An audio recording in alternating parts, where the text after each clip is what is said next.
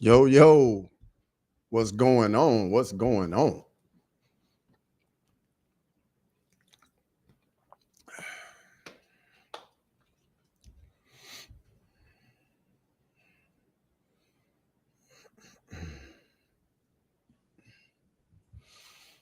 How we doing? How are we doing?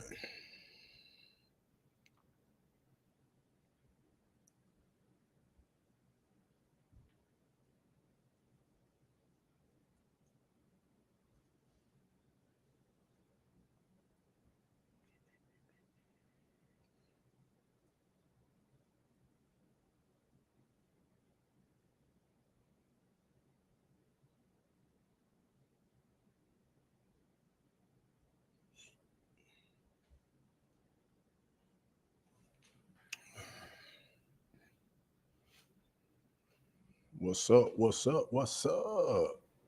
Wait for some people to get in here.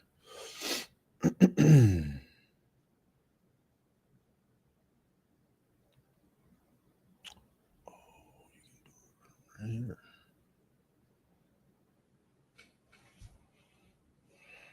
How is everybody doing?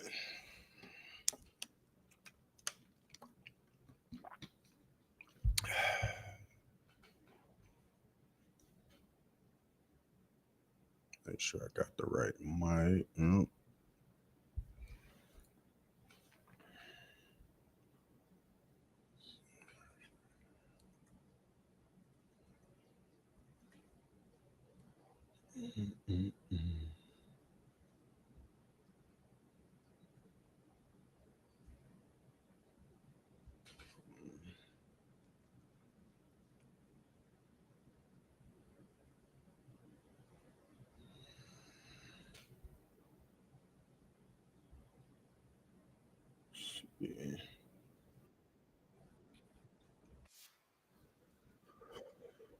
What is going on? Man, who up here? See, we got 4 people in here so far.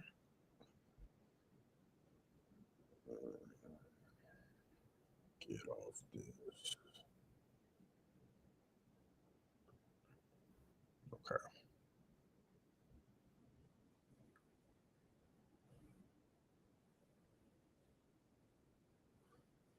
Learned last night I gotta change some settings on her so I don't get any bots.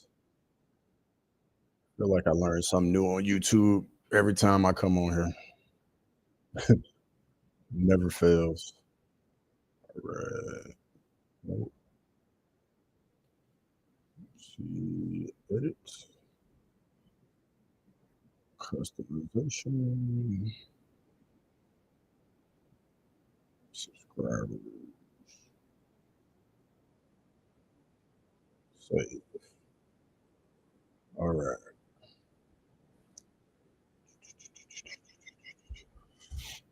Who's everybody going with tonight? Let me put a poll up real quick.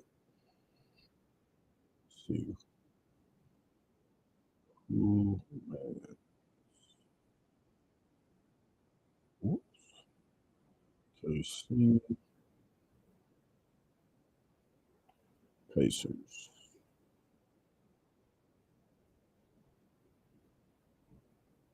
Under start poll, whatever. Oh.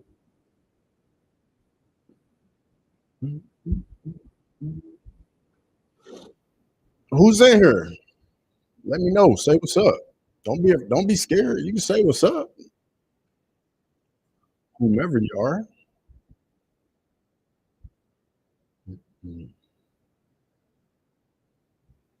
Who's favorite tonight? Does anybody know? Oh, somebody got to know. Let me look it up.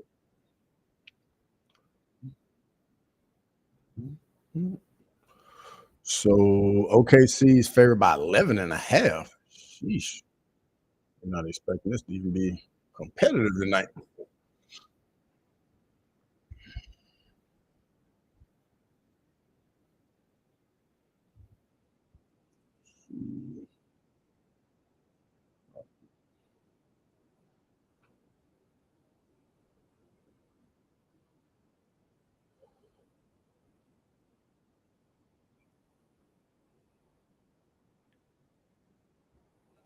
Lane, what's going on?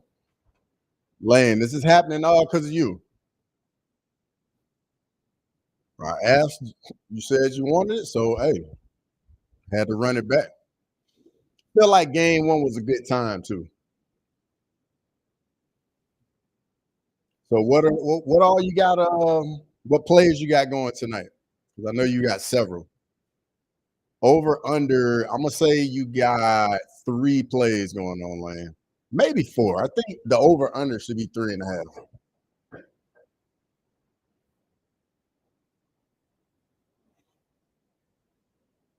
Pacers in 5. Olin, what's going on, brother? Good to see you here.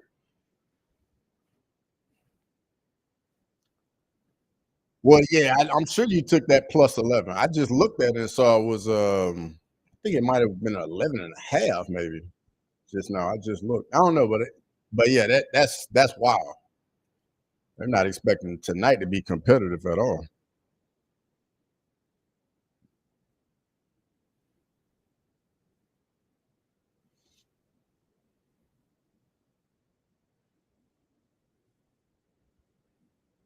Let's see what we got.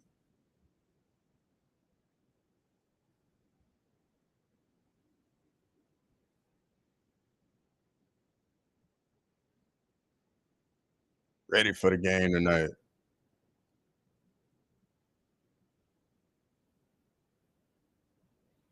Lane, do you think the Pacers win or do you think they just cover the spread?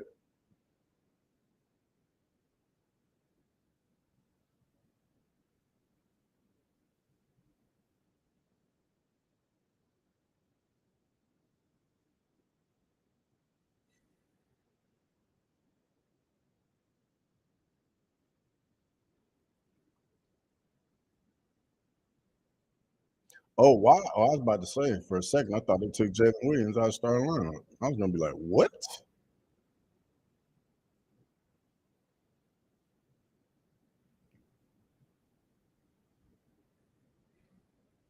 I got Pacers under 230 total points, Pacers plus 11, Halliburton over 2 threes, and SJ under. Okay. Oh, nice finish. That's a good start. Role player make a tough basket. First possession, that's a good sign. I'm not convinced Pacers win. No, just betting the spread. Hey, I respect it. I respect it. Like I know playing the spread is one thing, and then thinking somebody will win is totally different. Like I get that. Lane, let me know what you thought about UFC 316.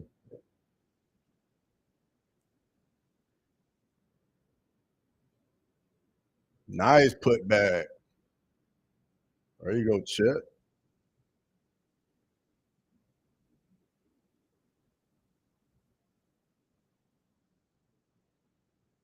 Nee Smith. Nope. Hey Lane, have you been watching the Stanley Cup Finals?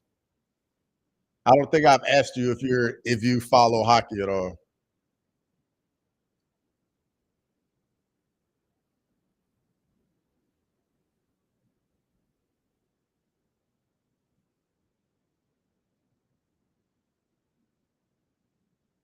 Good shot. Mm-hmm. And just so y'all know, I'm at the 10-minute, 20-second mark.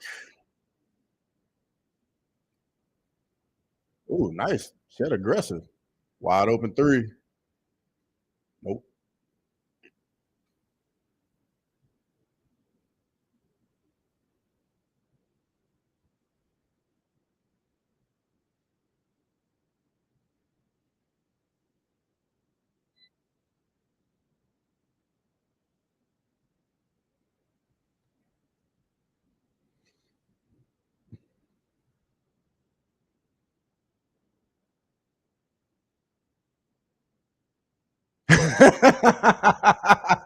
Have you met me laughing out loud? Panthers in 5. Let's go. Lane, I love it. I love it. I love it. Like I just realized the Stanley Cup Finals were going on as well. I was like, man, could I stream that too? because I like playoff hockey when I catch it. I got Panthers Cub 1 or 2 months ago at plus 1,500. I know you feeling good right now. I saw that one dude for Edmonton is like really good. I think his name's like Connor McDavid or something like that. I've seen a couple of clips of him, and that dude looks like he is different. It's a tough matchup right here for SGA. Trying to guard Siakam. Oh, he traveled.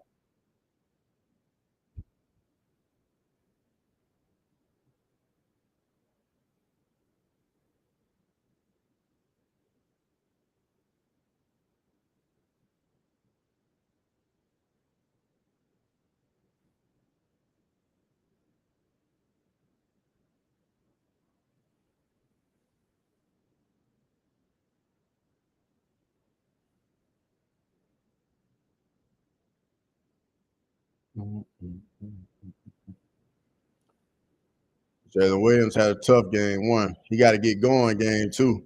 Oh, that's not a good start. Turnover. They got to get him some easy buckets.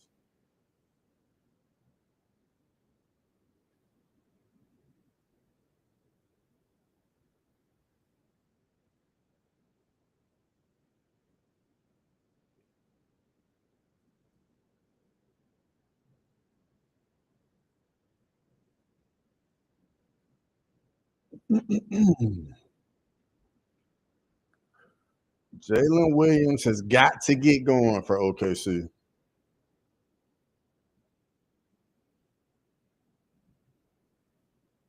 Miles Turner.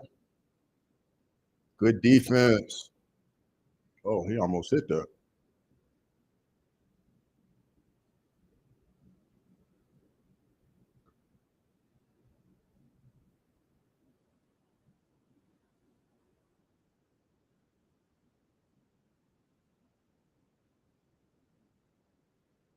I think we're going to get a 7-game series.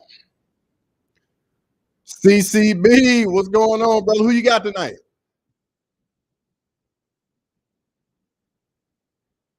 Oh, I think you would, if I remember correctly, I think you were OKC, if I remember correctly. Thought the card had a strong start. First 4 mid card, which including stopping heavyweight fight night in the middle. Spivak was yes, bro. Spivak was definitely robbed, like big time robbed. We were talking about it on the watch along, and I was like telling them like, "Hey, like he might get robbed." I'm pretty sure it was either me or somebody was talking about it. And then, sure enough, it happened.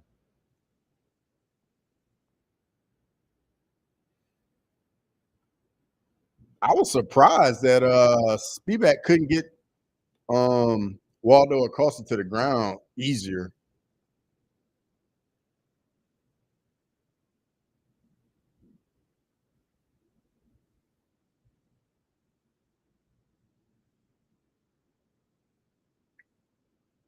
Mm. Chet was trying to do too much. Seems like recently the prelims on pay-per-views are better than the main card. CCB, I've been saying that for a while now, brother. And I got OKC, but rather Pacers win. I got you. Oh, turnover. Mirage saved the night, kicking myself for my Apache lock. Van should have gotten a performance bonus, never fading him again. Yeah, bro. Van is always a fun fight, always a good time. My only issue with Van, though, is he's undersized, even at flyweight, and he gets hit a lot. So as he like moves up the ranks, like he fights so much behind his chin. But man, like I like watching Van. Van's a really good time. Kayla Harrison almost took Pena's arm home with her.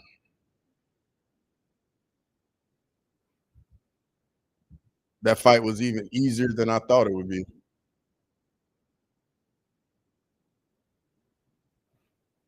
So CCB, it's funny you say that about the prelims. So I got a buddy of mine that wouldn't even watch the prelims. Like he would just watch the main card.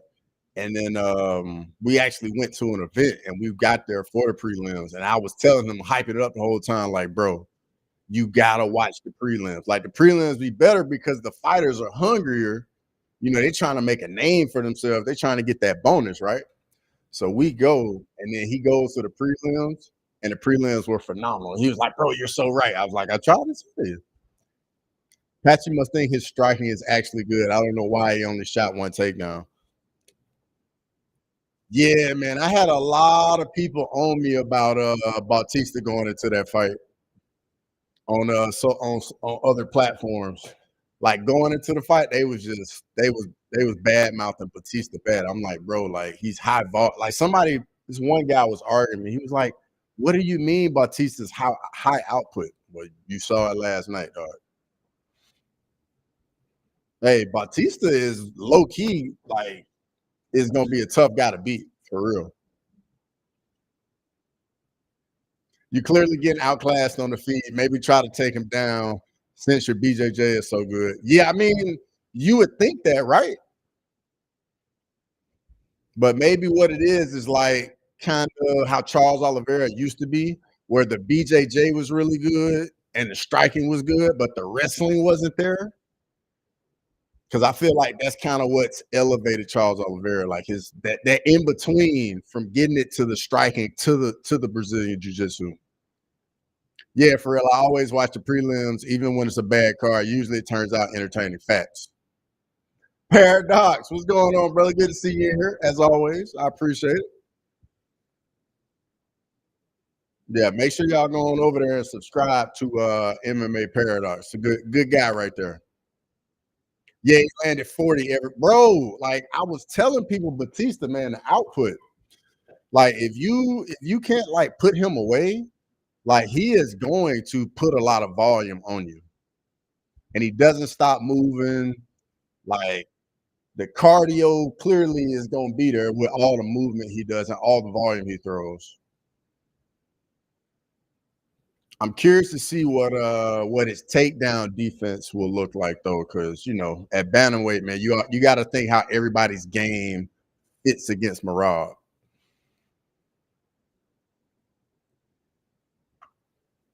And Batista should get a top 5 opponent in his next fight, like for real.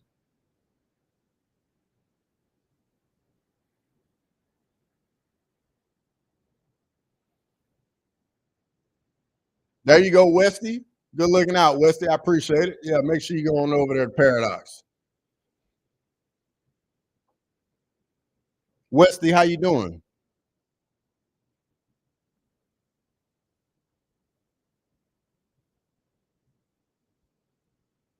Mm.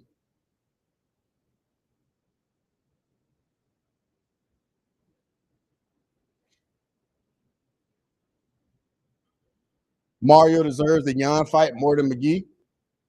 I completely agree with that. But you know why they're giving McGee the Yan fight, right? Because he's a little older in age, and they gotta figure out what they can get out of him. You know what I mean? Because I think he's like 34, 35 already.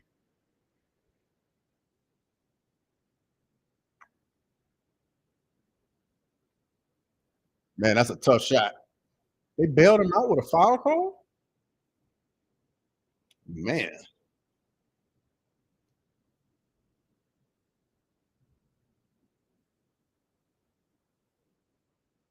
I feel you, Westy. How'd you enjoy the card last night?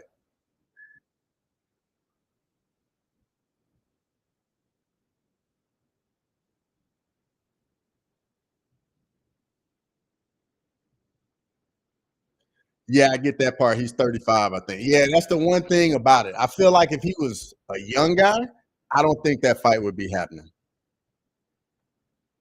Because McGee is good. What's up, Lane?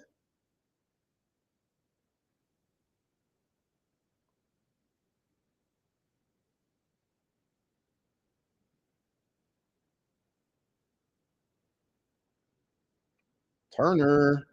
Mm-mm. Also think it's because Jan wants to stay active and Umar turned him down.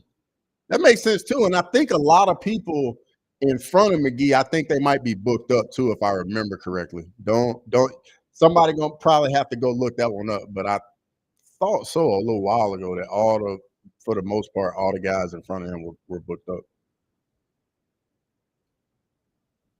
Speaking of Umar, who's he gonna fight next? Oh, the foul. Yeah, I got you.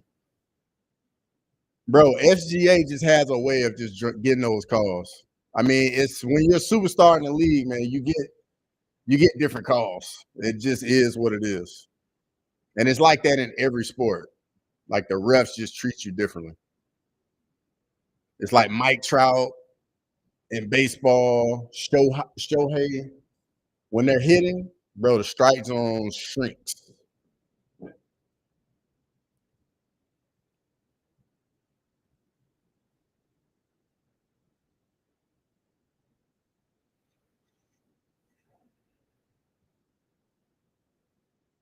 Caruso.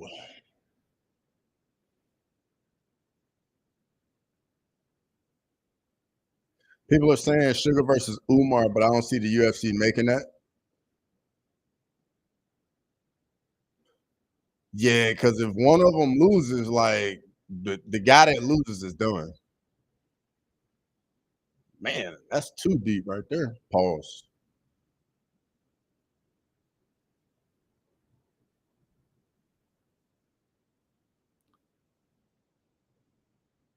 Caruso, Trey Ball.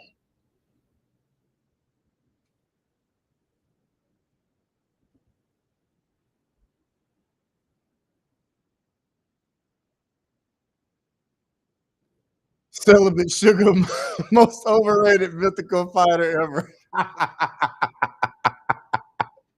Lane, that's cold blooded. That's cold blooded right there. Yeah, exactly my reason. Rather both of them get winnable matchups. Yeah, exactly.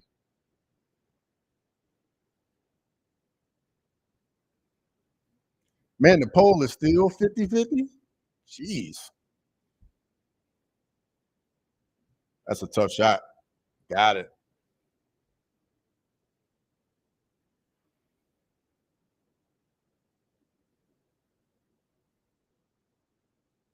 Sugar versus Cejudo or Font? Wouldn't mind. Yeah, I wouldn't mind that either. Those are both winnable.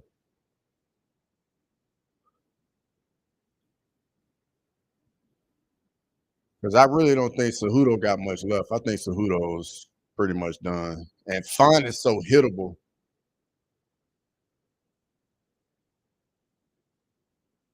Miles Turner. Nope.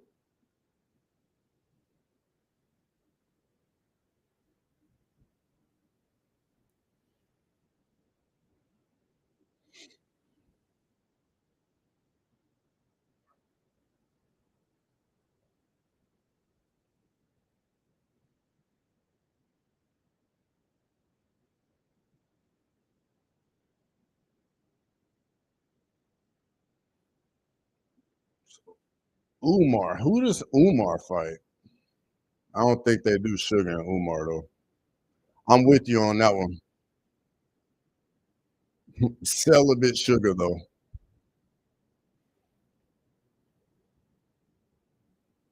Yeah, Font would be a good one for him to get back on track. Facts.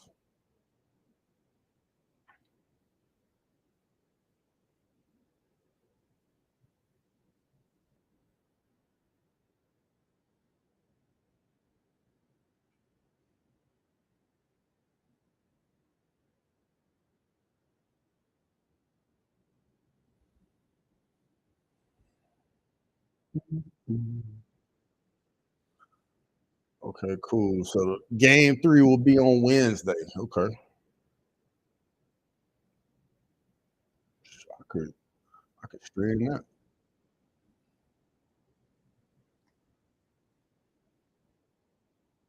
Hmm.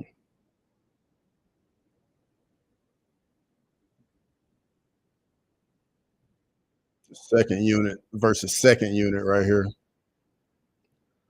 Who do you think Acosta gets next? All right, give me a second. Let me go look. Let me go to Tapology real quick.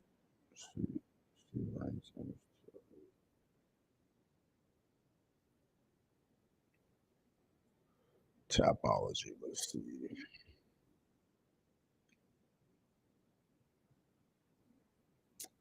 Heavyweight. Okay. Acosta. So Spivak is currently 10. I'm not looking at UFC rankings, by the way. Let me pull. Matter of fact, let me pull the UFC rankings up.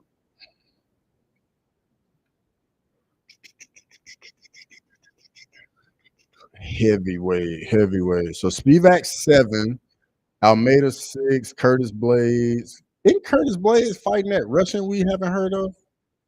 Or has that fight happened? Did that fight happen? Sergey Pavlovich? Pavlovich needs a win, right? Because I don't think Pavlovich has done that. Let me see. No, he beat Rosenstrike. Yeah, do Pavlovich and Acosta. Do that. Rob Rex, what's going on, brother? Good to see you. I'm a live bet Dort over 2 threes. Yeah, that I actually like that lane. I can see them giving them blades. Spivak was 7th yesterday, so Acosta would be around there. It got canceled. Oh, okay. Okay, I was wondering what happened with that fight. But they no, it's back on. It's on happening on the 21st. Yeah, Blades is fighting at Rizvan Cooney of June 21st. Yeah, I would do or Volkov. You could do Acosta with either Volkov or Sergey Pavlovich. Yeah.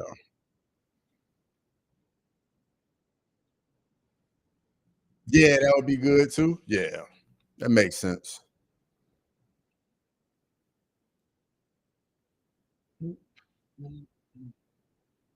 Yo, what did Curtis Blades do to the UFC to fight this unranked dude when he's ranked number 5? Like, how does that happen?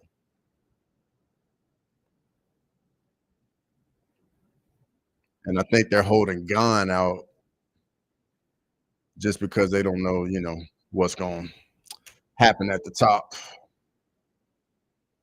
But yeah, I like Sergey Pav or Volkov, even though because Gon got that robbery victory over Volkov, so Volkov can't fight up on a loss, even though he really wanted to fight.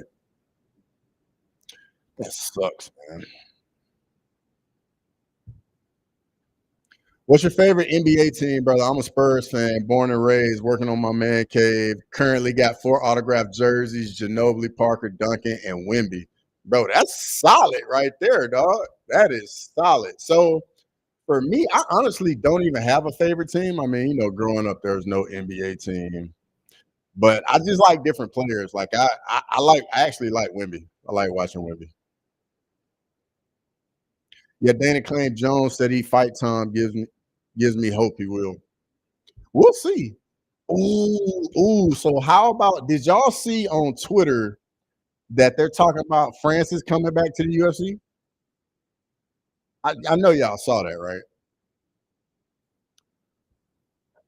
So I got a question. If Francis comes back, which fights you want to see? Tom, John Francis, or Tom and Francis? Which fight would y'all want to see out of those 3? I might have to do a poll on that. All right, we're just gonna end the poll for the basketball. I'm gonna do another poll.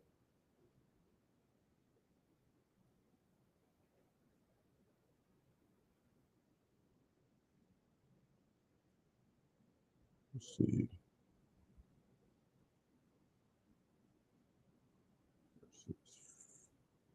Francis.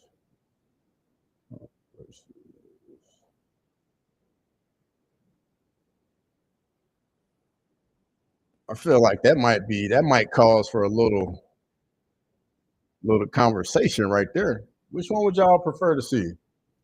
John versus Tom, John versus Francis, or Tom versus Francis?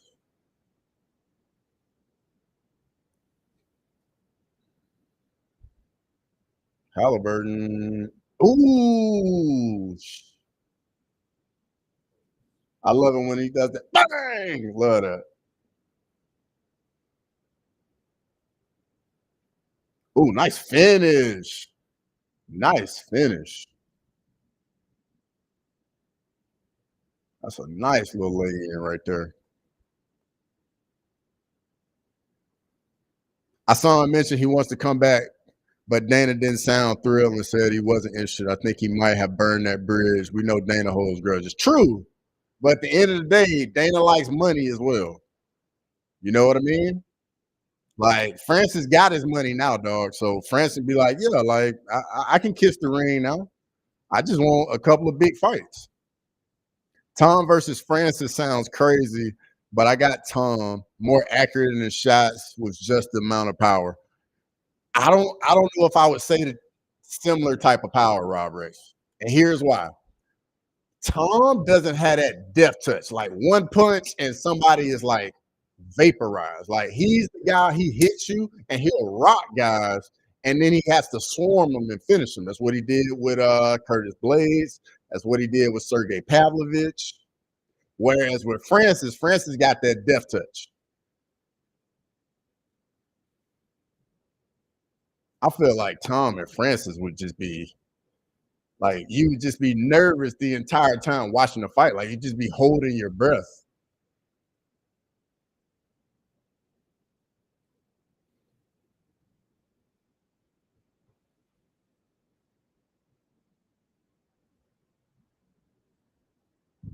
Man, that's a tough shot right there.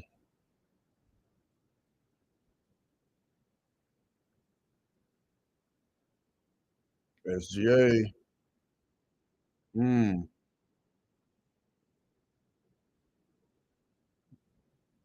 nope. Oh, I thought they stripped him for a second.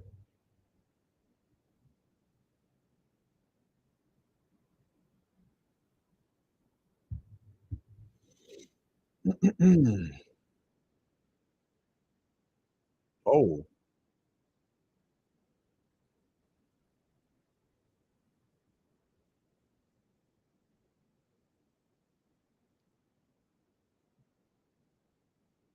really? Nobody wants to see John versus Francis. Interesting. Interesting. Holmgren.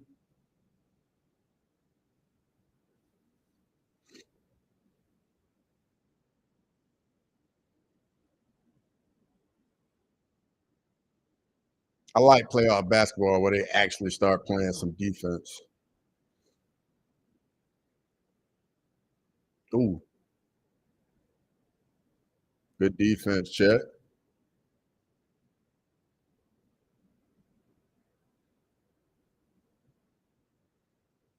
Trey ball. Nope. Oh, hold for one shot now. Oh, you missed click, Kobe. CCB. What'd you click on? I'm assuming probably Tom versus Francis. So it's really 33% for everybody. Like we got one vote for each.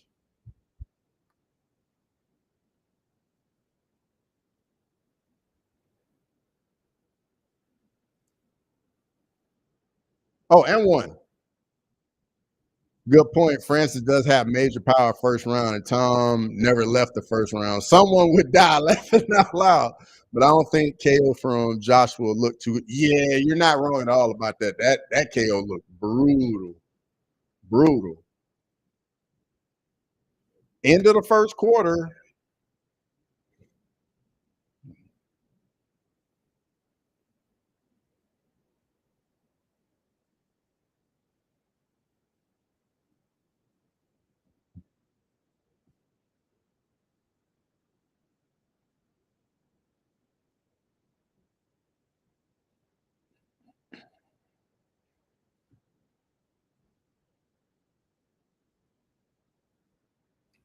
I think even though Joshua and Tom are in different sports, their power is very similar, and Joshua touched Francis very easily.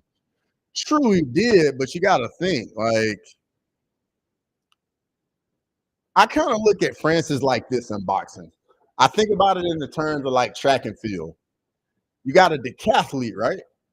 They do all these different events, right? Like they run the 100 meters, they do the long jump, they do like the pole vault, they do everything, right? If you take the best decathlete in the world and you put him in 100 meters, he's not even in the frame with the guys that just do that. So I kind of look at boxing and MMA kind of similar. Yeah, Francis definitely got a chance, in my opinion. Tom's striking difference is a little sus. He's never paid for. Francis could do facts, bro. And we've seen Tom have his chin up in the air. Sergey Pavlovich touched him in the first round. I mean, he ended up, knocking him out, but still.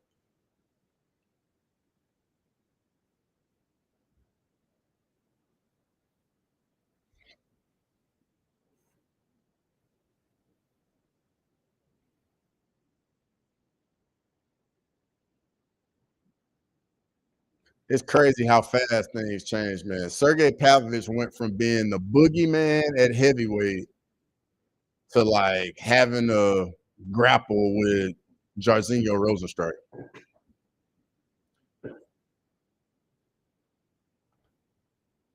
Did Blaze hit him, clip him as well?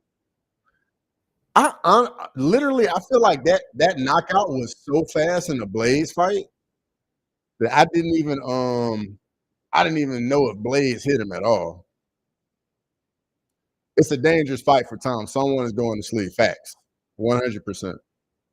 In like literally like 90 seconds to 2 minutes, probably.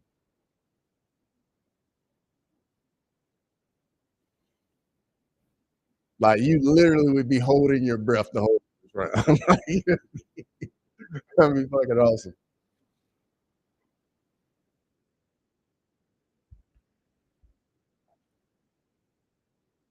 He didn't hurt him, but he landed clean in the first fight. Oh, you know what? I think I remember. Yeah, when he got hurt. I think I do remember that in the first fight. My bad. I was thinking about the second fight. My bad. I forgot. I completely wiped my brain in the first fight. I forgot Aspinall just tore his knee up. I forgot all about that.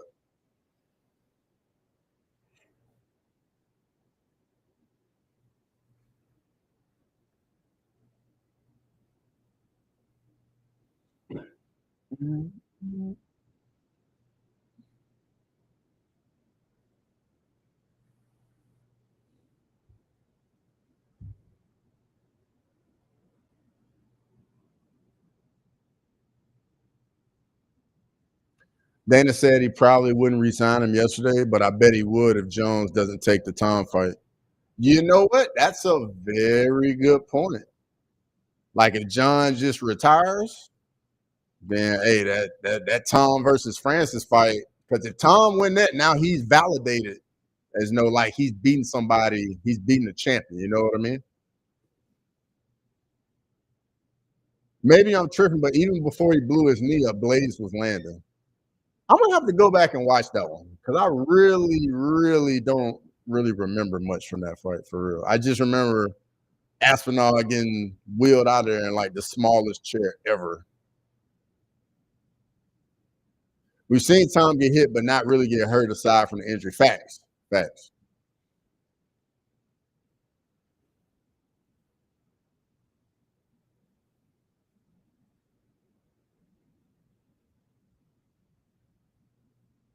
And one.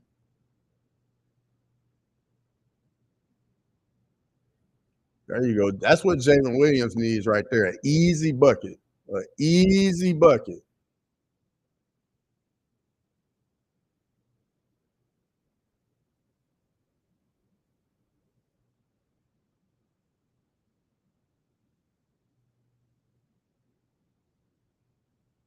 There you go. See one go through. Nah, Blaze wasn't landing. Yeah, I'm gonna have to go back and check that one out. True, but if Francis hits you, it might be over. Yeah. The death touch is always available for Francis.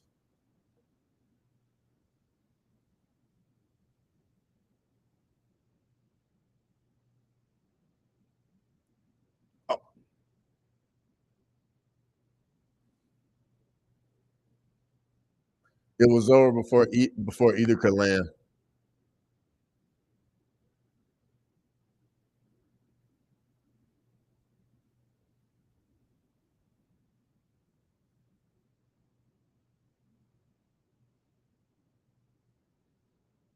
Ooh, turnover. Euro and one. Wow, that's an offensive foul. I gotta see this replay.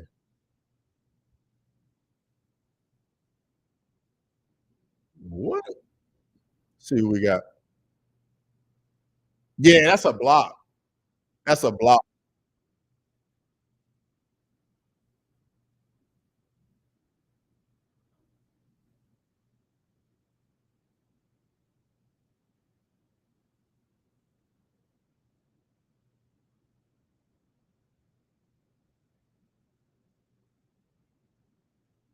Nice finish, Miles Turner.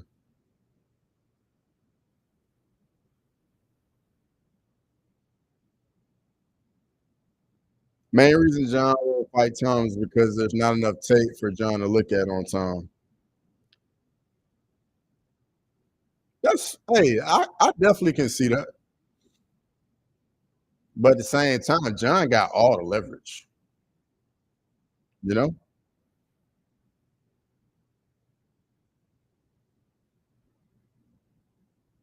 nice rebound. Can't finish though. Wow.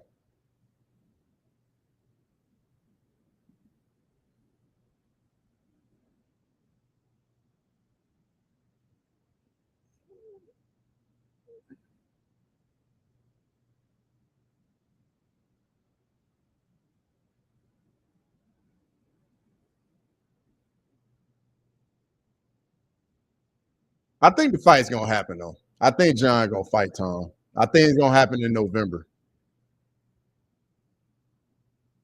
I think we'll get it at Madison Square Garden, and we'll finally get. It'll finally come to.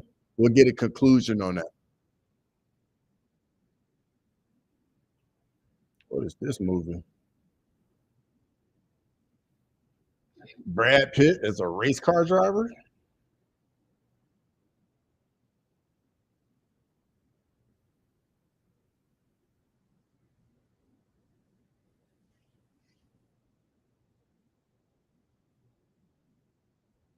Just rewatched the second fight, which was 1 minute, and Blaze landed clean versus him. Also, okay.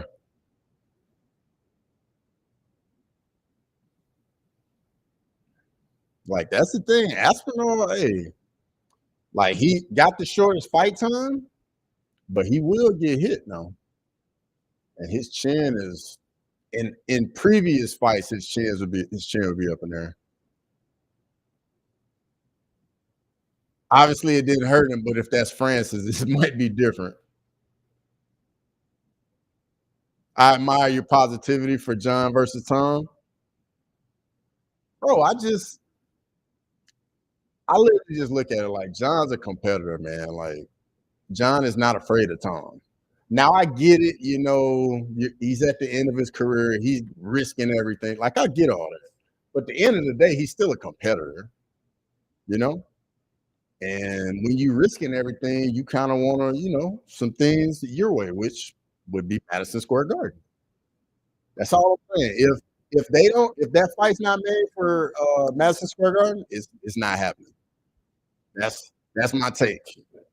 November 2025, or it's not happening. But I really think it's happening November. Because I mean, we got the September card. That's 320 with Hamzat and DDP.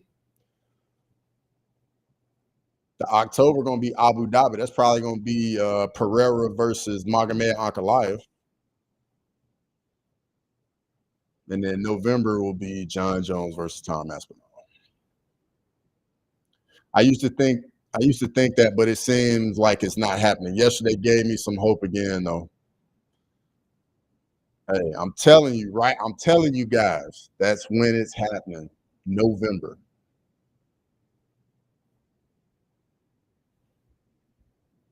Now, something can happen between now and then, but yeah, I'm thinking that's going to be the November fight, and the October is going to be Ankalaev versus Alex.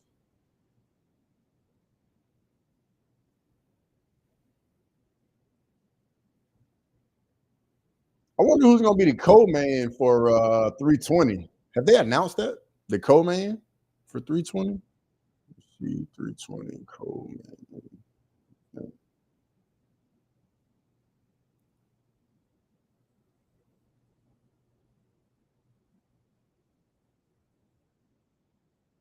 Nah, we don't have a co-main for it. At least I'm not seeing it.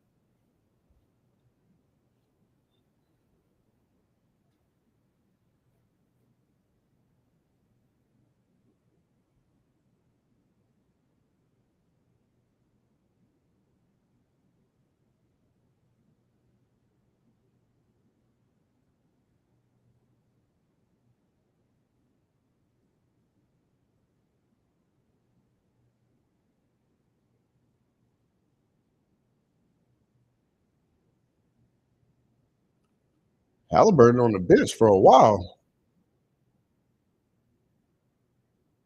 Pull up. Nope.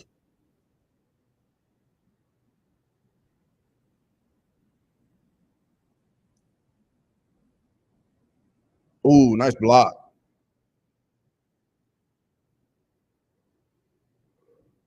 Tom has good grappling, but we have no clue how good he is off his back. If Jones gets him down, I think he could have some success. I agree with that. I don't believe Alice will go to the fight in Ark's backyard. Don't see it happening. Well, what will it happen? Because somebody's got a main event, the October card. Won't be Islam because Islam's going up, and that I don't think JDM's gonna fight in October. So who's it gonna be? It's got to be somebody from that region. I mean, I guess not since Max and Ilya did it last year. But who's it gonna be? Can't be 155 because 155 is next month. I doubt it'll be Volk. They're probably gonna want to take Volk back to Australia. I guess it could be Volk. Nah, I don't think Volk will want to go back there after he got knocked out his last fight over there. So it won't be Volk, won't be flyweight because flyweight is coming up.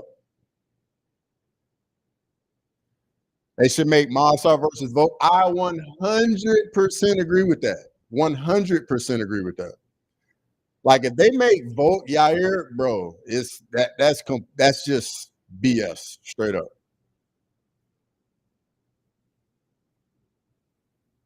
Like they are doing Mavsar so dirty at featherweight. Trying to do Mavsar versus the guy from what's he from? Pico. That's dirty.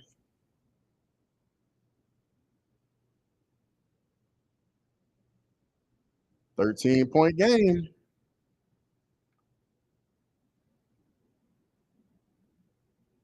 Oh, tough one.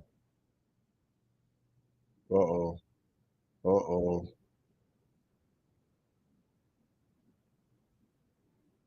Mm. I think Vogt schools him.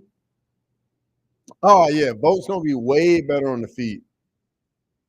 The grappling, though, Mobsar just has a way of figuring it out with that grappling, man. Did it against who? Against Aljo. Did it against Arnold Allen. Even though both fights were super duper close, like Mobsar just one of those guys that he's always going to be in the fight. But I would like Volk in the matchup too, though. I think Volk would just be way too good on the feet for him.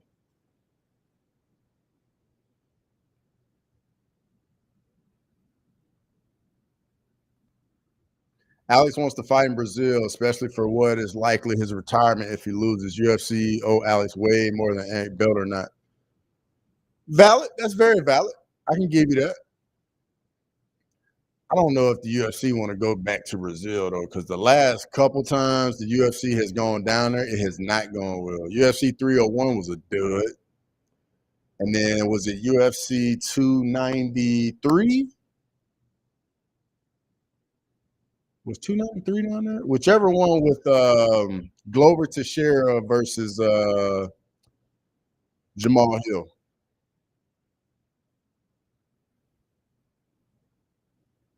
So I don't know if they're gonna be going down there again too soon.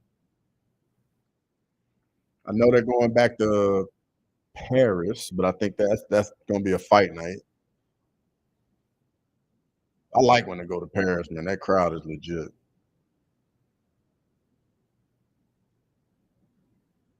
That's a good shout. Maybe he does retire with a loss. Yeah, I can see that, unfortunately. Okay, Lane. Okay, UFC said they're gonna be in Brazil before the end of the year in Sao Paulo this time. Where Alex is from.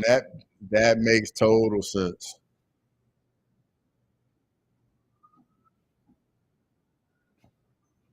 Brazil cars are usually trash. Because the last one was that was Pantoja. Who did Pantoja fight down there? Was that the Australian guy? Usyk? Was that 301? I think that was 301.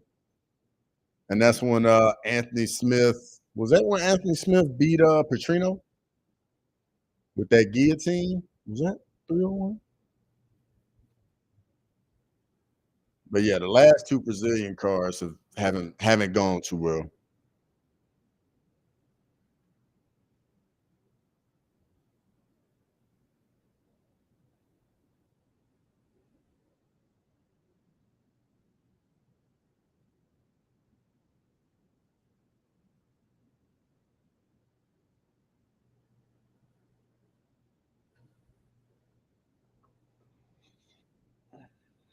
Mhm.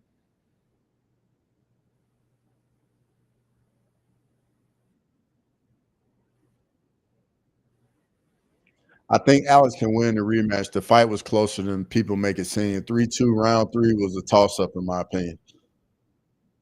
So I'm with you on that. Like watching the fight live and just scoring it round by round, it was way closer than what so many people made it out to be.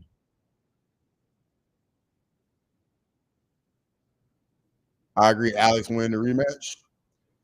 Yeah, Alex just can't be fighting off the back foot so much in the rematch.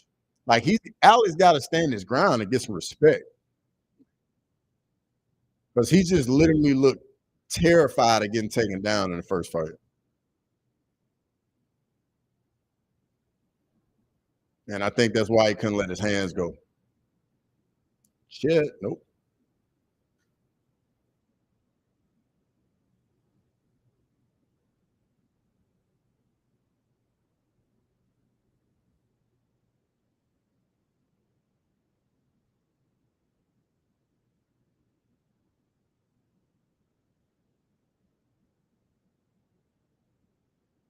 There's GA, ISO,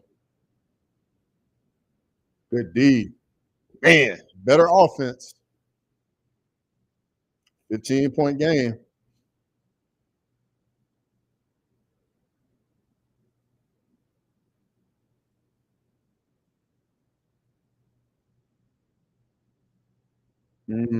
Turnover.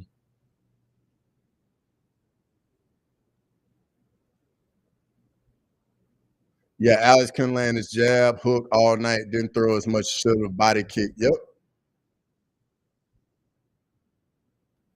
Yeah. Ankalaev took that lead hand completely away from Alex. All the lead hand fighting, like he won that 100%. Like I think for Alex to win the rematch, he's got to be more active with that lead hand. I'm completely with you, CCB.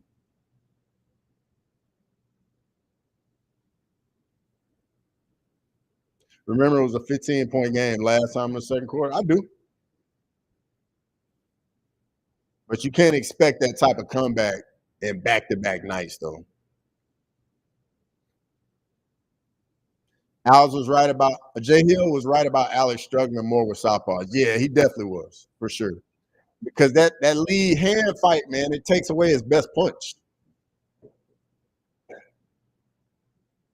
Khalil and Ant were southpaws, facts. Like that left hook is pretty much like out of the game, and his jab, like his jab was more active in the Khalil fight, but the Ant fight, he was getting dominated with that lead hand trap all night.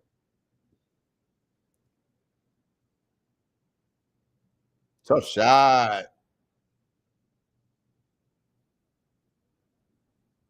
18-point game.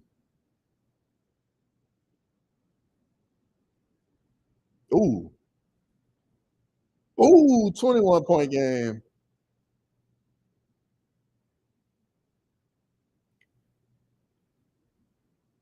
Lane, you thought Alex struggled at all with Jamal? I don't think he struggled. I don't think he had enough time for anybody to say he struggled.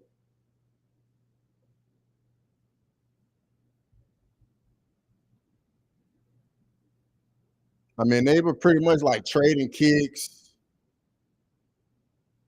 And then next thing you know, Jay Hill hits that body kick and it's the little pause, and then he got knocked out.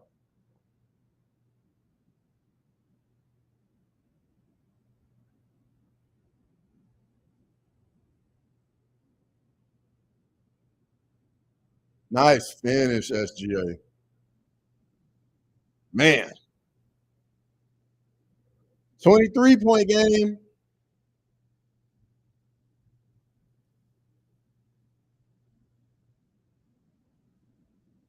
I got a question for the chat.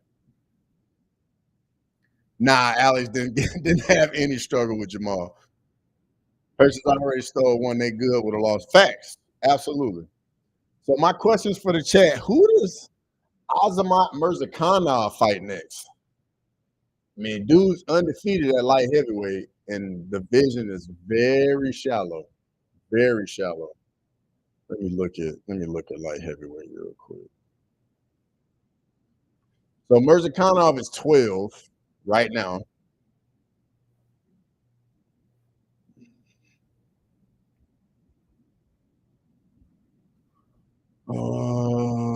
Man. Uzdemir? Krylov? I mean, Krylov come off getting knocked out by Dominic Reyes. Yeah, I say Uzdemir. Uzdemir makes sense. Yeah, I can see him against Uzdemir. But does Uzdemir have a fight, though? Let's see. Light heavyweights.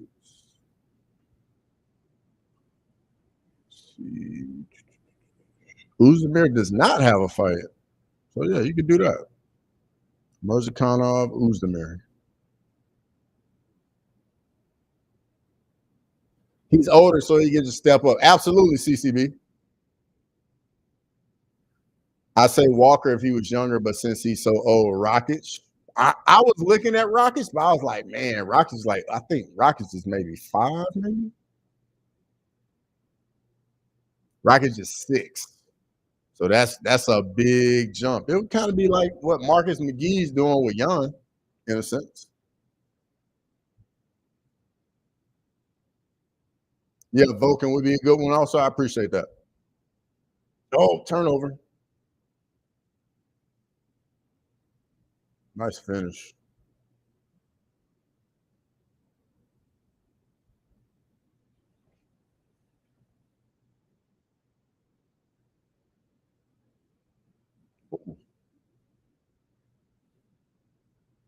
Grimy, what's going on?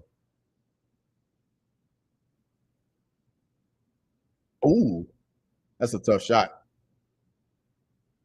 Offensive rebound.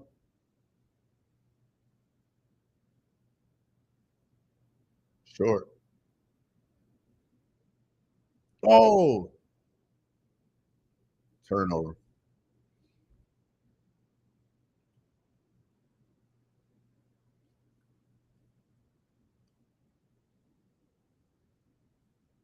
Grimy, I told you to fade Bellator fighter. Grimy, just come and get right to it. I like it. I like it. Yeah, I didn't go with him either, Grimy. I was catching a little fire for it too on some other platforms, but hey, I got a question for y'all. Is it just me, or does it look like Patchy Mix and Tatiana Suarez? Like, I know they're together, but I feel like they have the same body. Like, they very square, boxy, like torso, and then legs like straight up and down, like wide, broad shoulders, but very boxy. Because I feel like they have the same frame, exactly the same frame.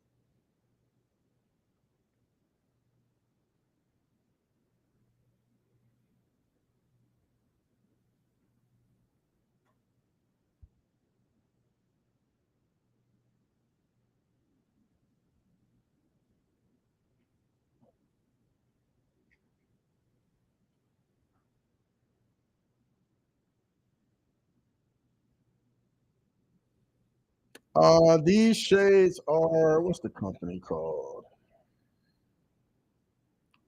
I don't even know. It's got their logo on here. Let's see real quick. Got some.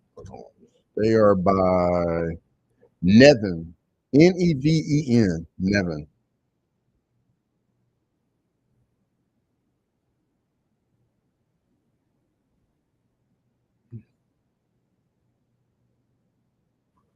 Low key, Patchy didn't deserve to be booed. It was rude not to give Batista a post fight interview. On my shaking my head. Yeah, you're not wrong at all. You're not wrong at all, Lane. Wide open three. Nope. If Patchy and Tatiana had kids, they look like Roblox characters. Bro, like I was looking, I was like, he got the same body she does. I think I even said it on stream last night.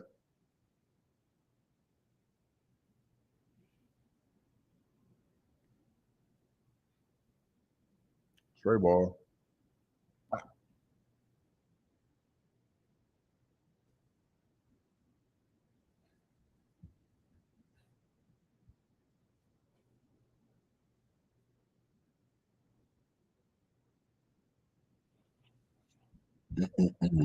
UFC 316.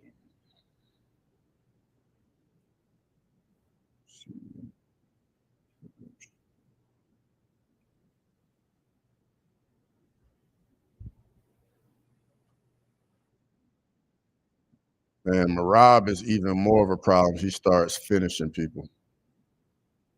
Because with that pace, you got to think he can force people to make mistakes in the grappling.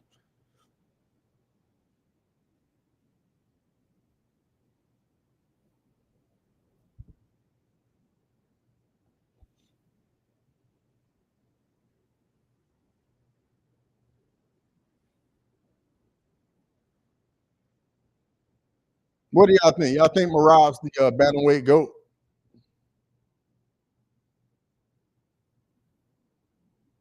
I do.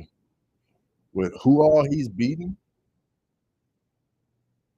O'Malley twice, Umar, Aldo, Jan.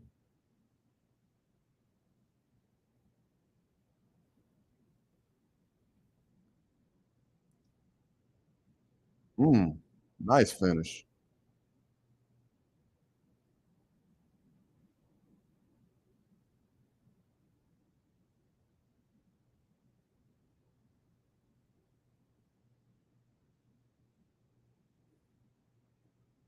Trey ball, Caruso.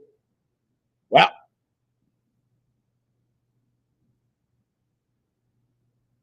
What was the line from Marab by sub? Good. I would imagine they were phenomenal odds. I don't know what it was. I'm sure Lane probably knows. If I had to guess. Caruso.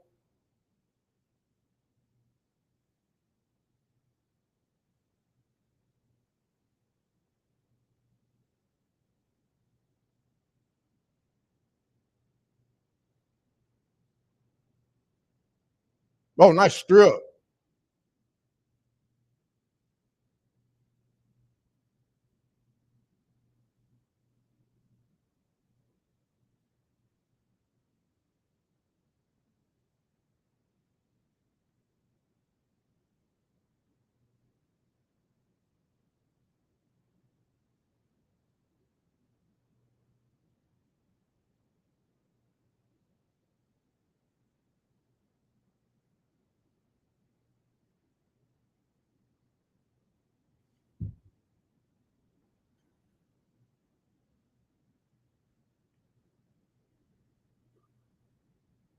Can the Pacers cut it to 10 before halftime? Mm,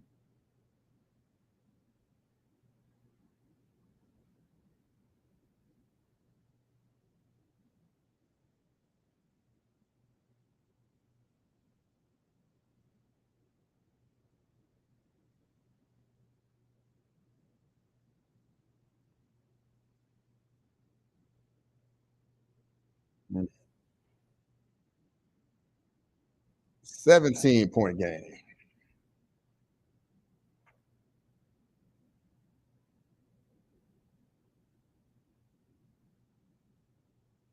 Indiana extending the defense a little bit right here. Give up a layup. I was a big TJ Dillashaw fan when he beat Henan the first time. I thought he'd be the GOAT, but too much BS in the yeah, you're not wrong with that. Because it's really Aljo or Cruz, really.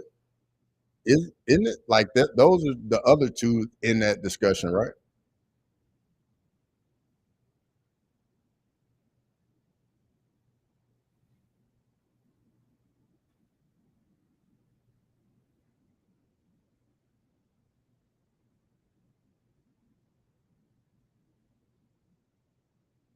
Oh man, good block.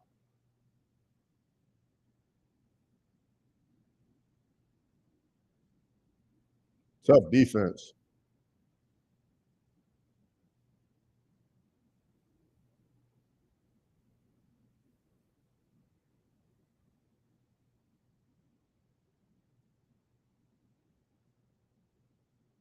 That's a tough shot.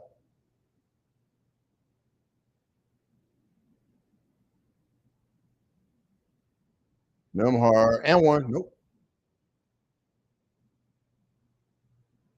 Cruz is who most people say, but I don't think he beat the competition that Marab has. Yeah, that's what I think, Grammy.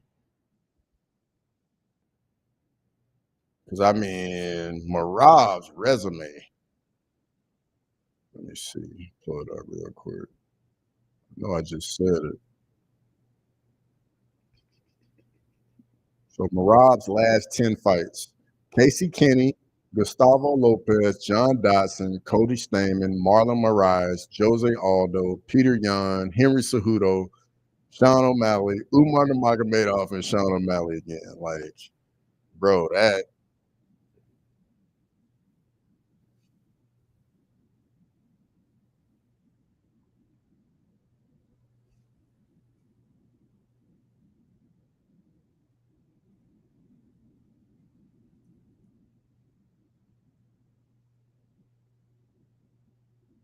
18-point game, halftime.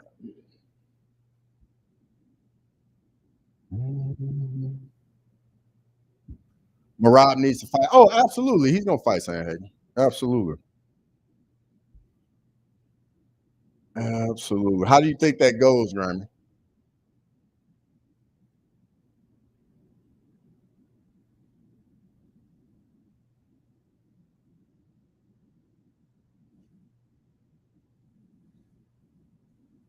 I think I would.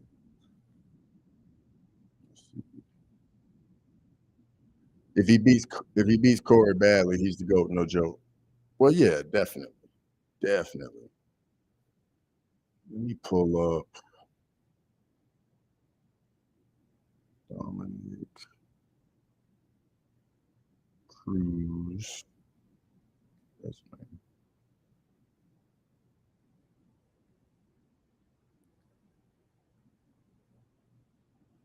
see all.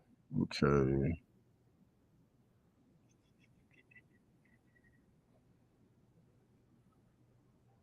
So in the UFC, you got Uriah Faber, DJ, Dillashaw, Faber again, Garbrandt. Garbrandt got him. Cejudo got him. Won 4 title fights in the UFC though, and then 2 in WEC. So I mean, no, 3 in WEC. So 1, 2, 3, 4, 5. So 6 total title fights. Went 4 and 2. That's such a tough fight because I think Sandhagen can give him issues. Sandhagen is a technical fighter and could come in with a good game plan to beat him. He is not close to GOAT yet, in your opinion? What would it take?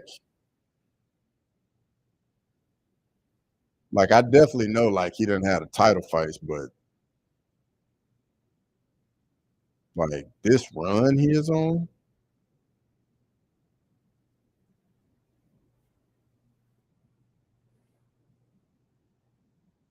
So now Marab has 3 title wins. And then got Cejudo, Yan, and Aldo.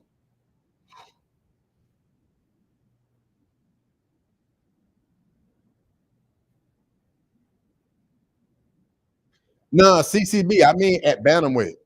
Is he the greatest bantamweight?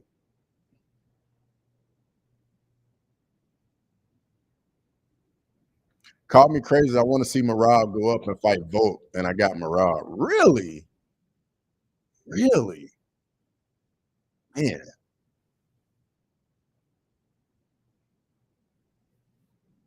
Oh, yeah. We were talking bantamweight GOAT. Not GOAT. Not GOAT, Grammy. Oh, yeah. He's already bantamweight GOAT in your opinion? Okay, cool. Yeah, now we're all on the same page now. Rob Rex, that would be a great, phenomenal fight. Marab versus Volk? Man. Yeah, that's an interesting one right there.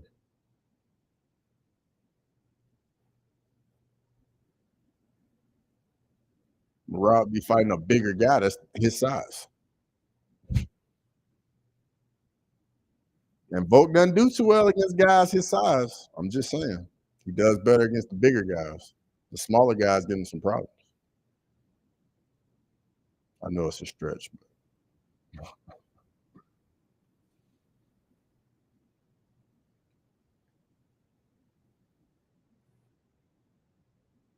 I think Pantoja Kakar France is going to be good. And a lot of people sleeping on Kakar France. Pantoja's not afraid to get hit now. Kakar France got some power at flyweight.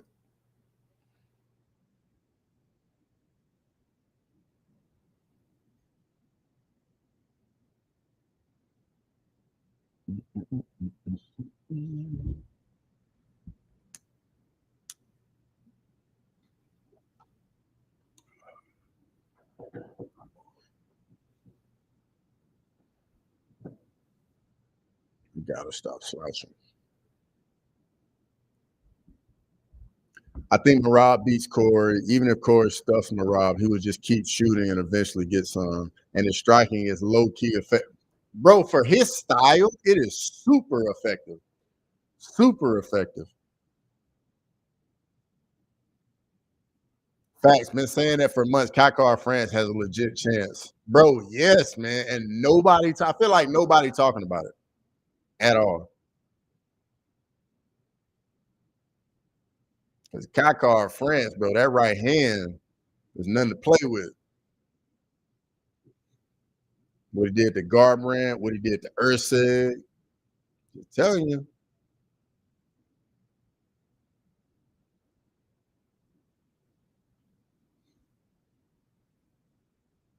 But what if Pantoja beats Kakar France? Does he go up to fight Marab?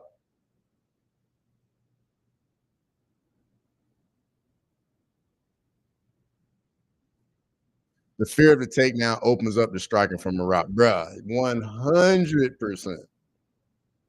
Like, Marab can just be free and do whatever he wants on the feet because he knows the other guy has to be so aware and so alert of his wrestling.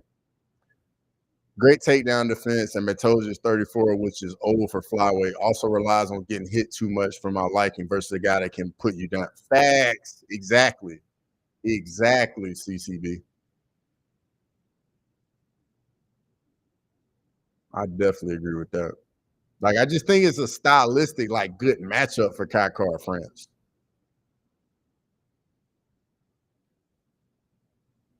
Now, if Pantoja gets him on the ground, it's a different ball game.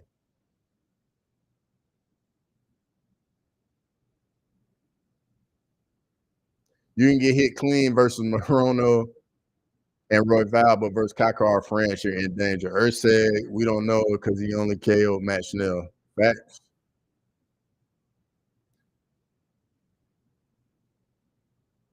He looks like he has pop. What we haven't seen much. Yeah, I don't. Yeah, I know he knocked out Schnell with that left hook. That was beautiful, by the way. I think I'm gonna throw a little bread on Kai France. Okay. It's halftime right now, Metro. I think it's 59-41. OKC right now. Perfect timing. You came in during halftime.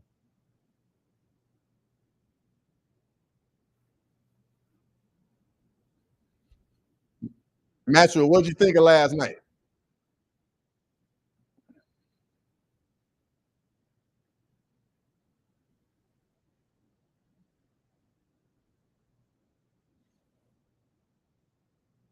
Joshua Van versus the top five immediately.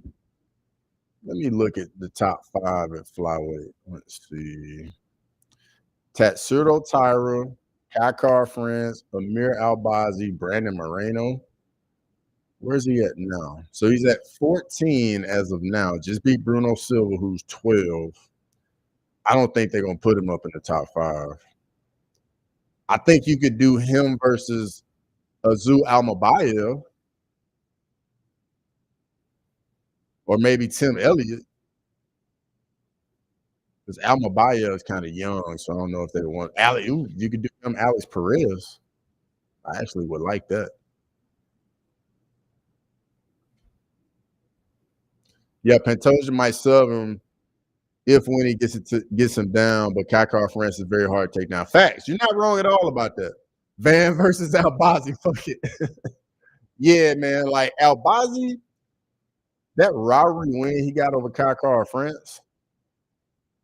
Speaking of which, Albazi just lost to somebody. Where is it? Let's see. Amir Albazi. Yeah, he just lost to Moreno.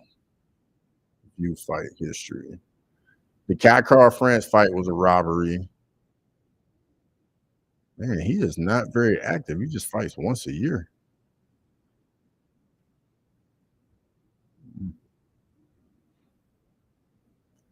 Let me see. I'll let you know if Perez is booked. Give me a second. Flyweights.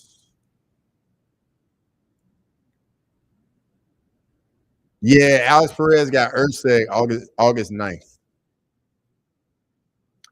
Yeah, the only person not booked is Moreno. That's the only person not booked. And I don't know if you want to do, or maybe you do. Yeah, because Amir Albazi got Tatsuro Taira August 2nd. So everybody in flyweight in front of Van's booked up except for Moreno. The only guy not booked. Last night, I give it an A-. I love Kayla doing what she's supposed to do. Marab establishing himself. Stone is one of the best. Facts. Yeah, Elliott would be good. I don't want to feed him to the wolves just yet. That's how you ruin a young prospect. Not wrong at all. Matchman says Joshua Van Moreno. Come on, Matchman. You can't throw him up there that quick. Really, Matchman? Already you want to throw him up there? Man. Matchman said, hey, throw him in the deep end. Sheesh. Brandon Moreno right out the shoot? It's tough right there. And Almabayev has a fight against Tamirov. That's going to be fun. Tamirov is dangerous. But yeah, Van. Literally, those are pretty much the only guys at flyweight that aren't booked up or that haven't just fought. So Van definitely needs to slow it down, in my opinion. 5 fights in 11 months, 3 going to the sit. Yeah, and bro, like he goes to war too. Each and every time he goes in there. Joshua Van is a wolf. You saying he ready already? Van gonna have that the CTE like BJ Penn at this rate. Van is a future champ if they book him right. My only issue with Van is I think he's undersized for flyweight. Like Van is so little, and he gets hit so much, so much.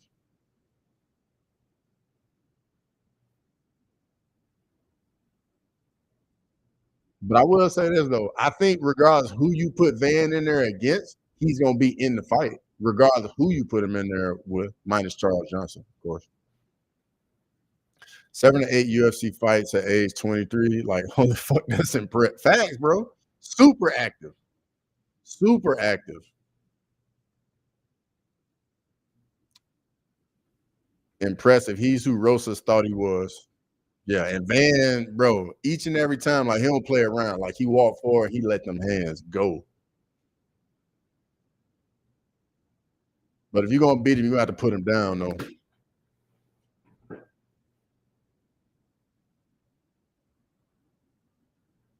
That's true. I heard he cut a lot of weight to make flyweight.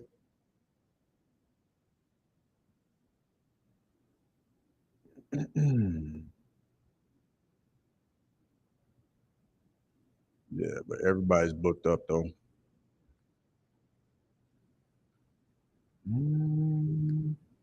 Question. I got another question for the chat. Van's like a little tiny little Diaz brother in his prime. Yeah, Diaz, Van is definitely about that life, bro. Like he comes to bang each and every time. So the question for the chat: would you rather see Whaley fight Verna and Valentina fight Natalia Silva, or would you rather see Valentina or Whaley? Which one would y'all rather see? Where each of them fight their number one contender, or Whaley goes up try win another belt? Because I personally think the Whaley Valentina fight should happen. Only thing that worries me is his chin isn't the best. Might be a problem down the line. If his chin holds up, definitely a future contender. I completely agree with that. But that's going to be the thing. Will it hold up? Because he fights behind it.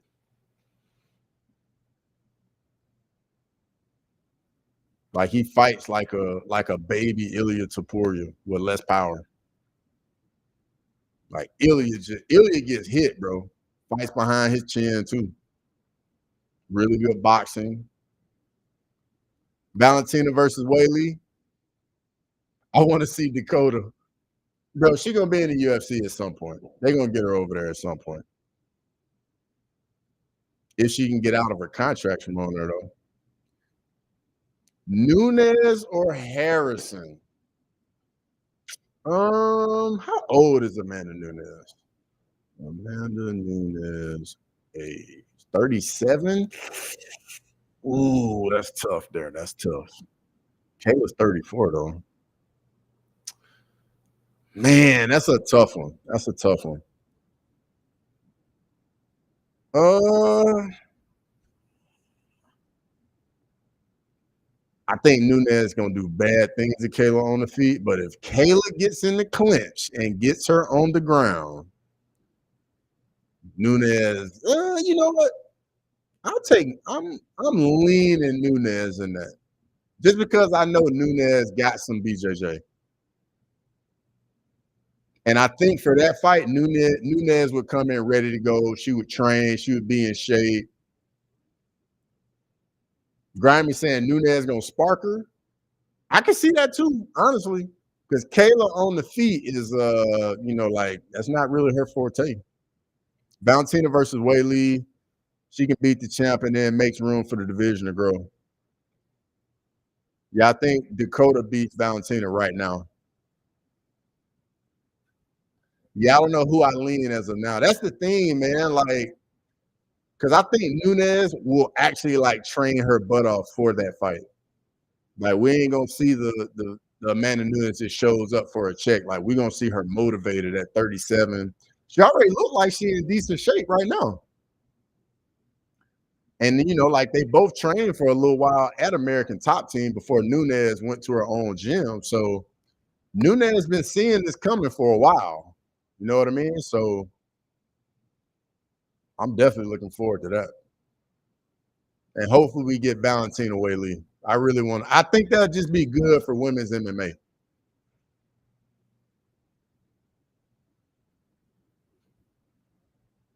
Because we haven't gotten I guess we got one super fight. We got Nunes Cyborg. That was a super fight.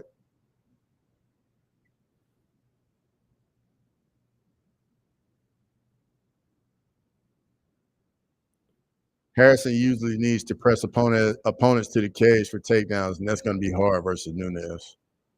Well, what surprised me, man, is when Nunes came in the cage last night. Bro, Nunes just is not quite as dense as Harrison, but Amanda ain't small. Kayla's hands were sharper in this fight. They were matchable, but they still got to get sharper. Mike Brown, one of the sharpest minds in MMA coaching, brought Nunes up in ATT. Yeah. I didn't realize Amanda was taller than Kate. Yeah, bro. Like, that surprised me when she came in there. I was like, man, Nunes big like that? Has there been a champ versus champ woman fight? Yeah, Nunes Cyborg was, because Cyborg was a 145 champ and Nunes was 135 champ, even though 145 wasn't a real division. He knows all the weaknesses and would be building a game plan for Kayla. That's a good point, Olin. That's a real good point. Amanda in the cage and stare down was tough. I felt, yeah, I was digging it too. I was definitely digging that too last night. Let me unmute the game back on. 17-point game, 42-59.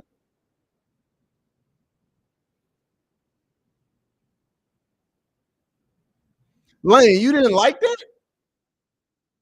How did you not like that, Lane? Like, we all know that's the fight to make.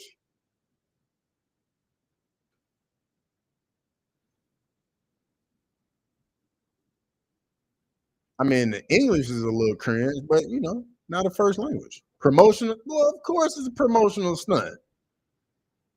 They gotta promote the fight. That's more money they make. Like, it might be cringe, but you got to do it. Nunes got a family to feed.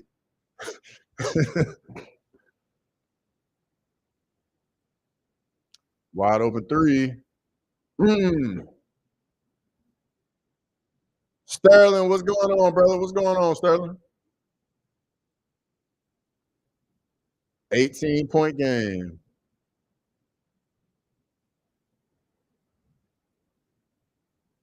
Oh, and one. Nope. Amanda Nunes' hands ain't that sharp to me. Really? What's my thoughts on Piper? How did he not finish Gastelum, bro? Like, we were in the chat last night, and for a second, dudes were talking like he was gonna get robbed. But I mean, he did what he was supposed to do against Gastelum, even though he should have finished him. Stare down was professional. I dug it. Yeah, I'm with you, Matthew. Professional, laughing my ass off. Yeah, you gotta do what you gotta do. You got your media obligations, Lane. You know,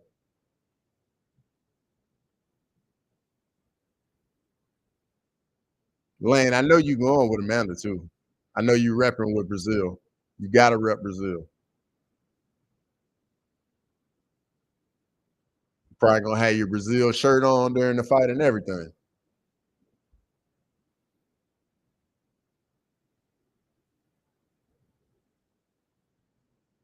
Piper Obama, he won and still complaining. Well, I didn't hear what he said after the fight because we were watching, we really had a volume going. That's the one downside about streaming the fight. Like we can't hear anything.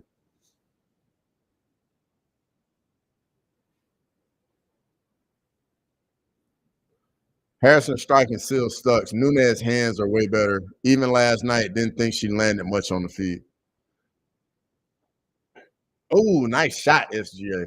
20-point game. CCB, I'm with you on that. Like she just relies on backing, her opponents up and then getting them in the clinch.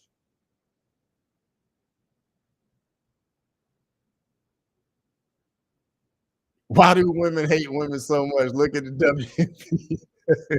Grimy. Oh, tough shot by Miles Turner. Miles Turner from deep.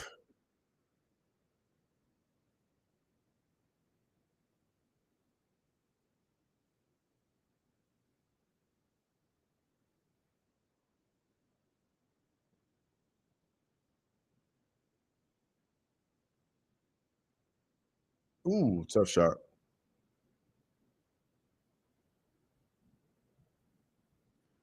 People are going to shit on Piper, which I understand. But to be fair, Gastelum and Hermansson's chins are extremely good. I feel like a lot of middleweights would have been out cold with them same shots.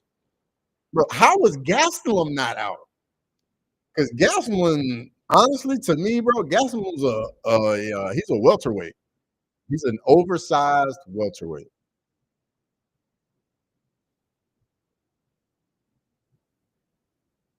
Matchweight, yeah, they're playing in Oklahoma City. No, I don't watch WNBA, but I see that they all hate Caitlin Clark. Yeah, they all do hate Caitlin Clark, and she's bringing money to the WNBA. Like I don't get that. Like they should be hyping Caitlin Clark up all the time, bro, because she like the Jordan of WNBA now. Like they putting her games in like the big arenas, and they selling them out.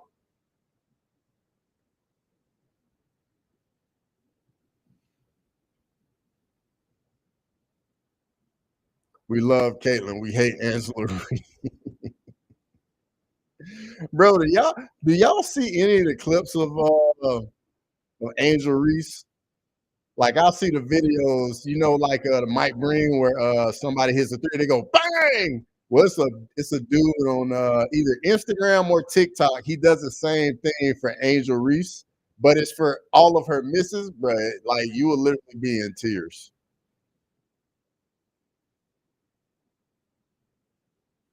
Yeah, true, but he's never been KO'd his whole career. Had a feeling Piper wouldn't be able to get him out. Yeah, we were talking about that.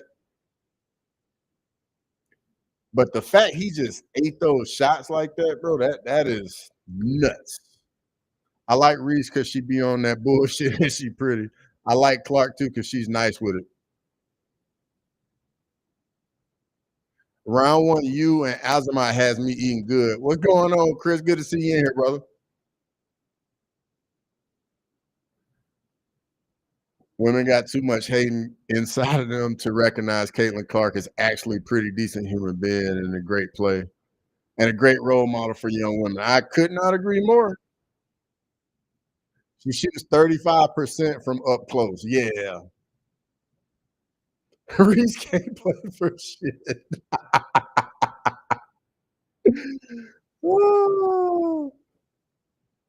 Hey, yeah, I seen that video you talking about. Hey, CCB, I literally was in tears the first time I saw that video, man. Don't matter how cute you are if you can't perform. Gravity says, I smash both, to be honest.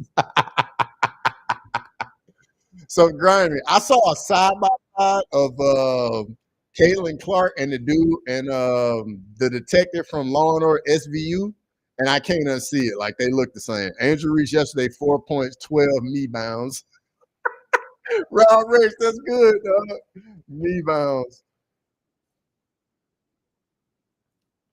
I like how Reese shows up like it's a fashion show every game, only to get blown out. Exactly, Rob Rex. Those are consistent numbers too. 12 meat bounds is crazy. Oh my God, the internet never disappoints. 12 knee bounds. Oh my goodness, I love it. I love it.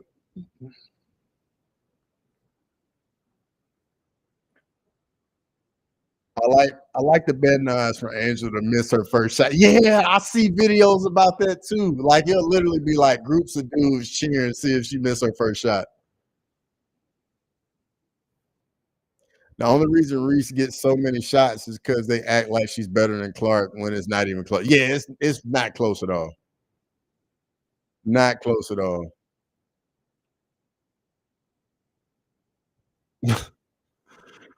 12 knee bounds.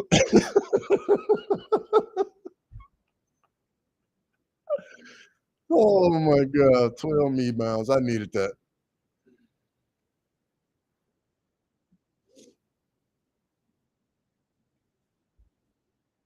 12 knee bounds.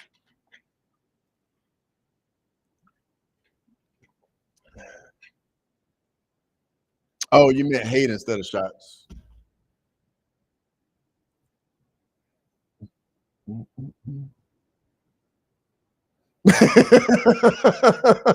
Me bounds, bro. I had never heard that. That caught me off guard. Me bounds, bro. That's crazy.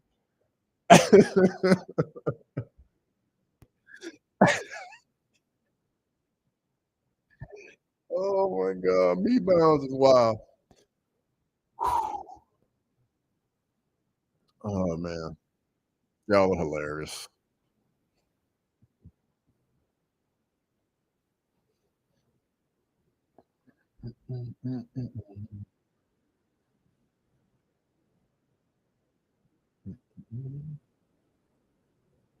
How about Kevin Holland finishing Vicente Luque? I feel like when Kevin Holland go in there, I never know what Kevin Holland is going to show up.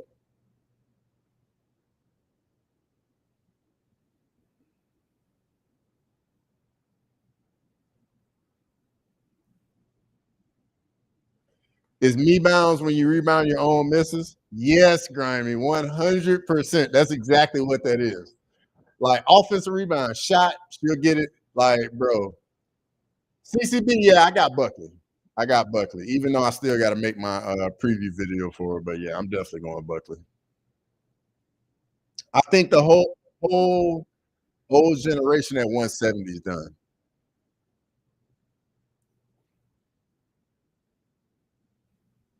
It's a look at me bound.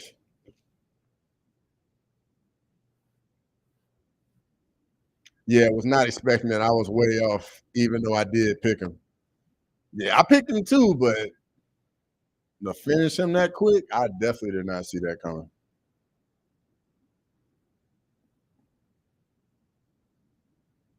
Leroy, what's going on? Good to see you in here, brother.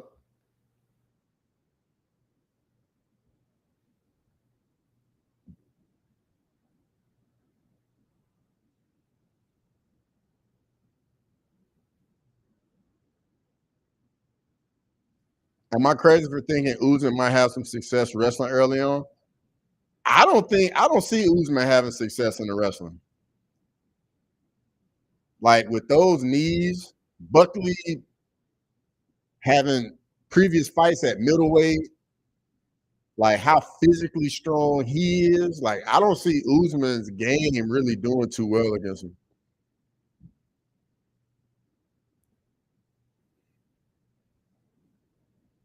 I think Usman is going to look old next weekend because it happens very quickly. Like Michael Chandler went from exciting to old like that. Tony went from exciting to old like that. Buckley is going to retire. You know, another legend meets the end. Yeah, I couldn't agree more. Ola, it's gonna be a rough weekend for Ola next weekend. I think Kevin shows up when he wants. I saw him get subs 2 times in a row in Jersey. He loves that stadium. Well, he need to fight there all the time. Then every time they come. My reason is because Kobe took him down round 2 and controlled him for 3 minutes with 0 camp, 3 weeks notice. With Kobe, all you have to worry about is wrestling. But versus Usman, you actually kind of still have to worry about his power. What would Usman's approach be if Usman doesn't force the grappling? Mix it up on the feet? Like for me, Usman's whole game was like march forward on the feet, use that jab on the feet, get you in the clinch, hold you up against the cage, get a takedown here and there, and just grind on you. And that style is just very hard to maintain as you get older. Like that's a younger man's game right there. I got Buckley also, but I think Usman will do better than people think. Buckley will eventually land something that puts him down and out. Yeah, I think Buckley puts a stamp on the new generation at 170. Nice shot, SGA. 18-point game.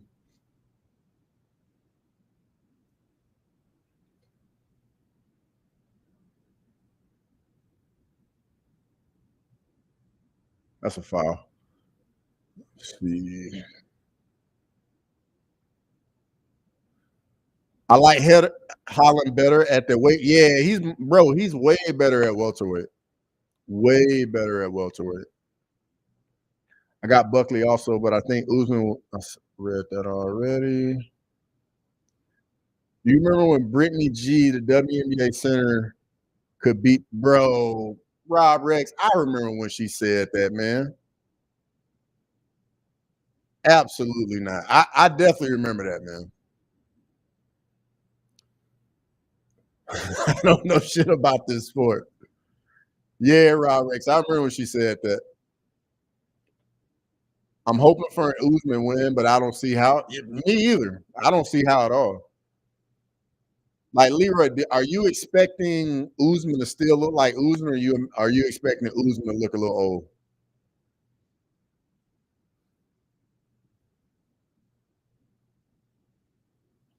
So much MMA to talk this week. Great card plus ATL facts. It's gonna be a great week for MMA.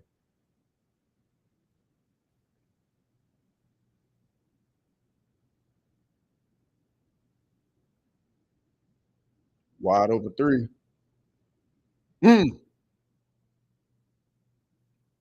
19-point game.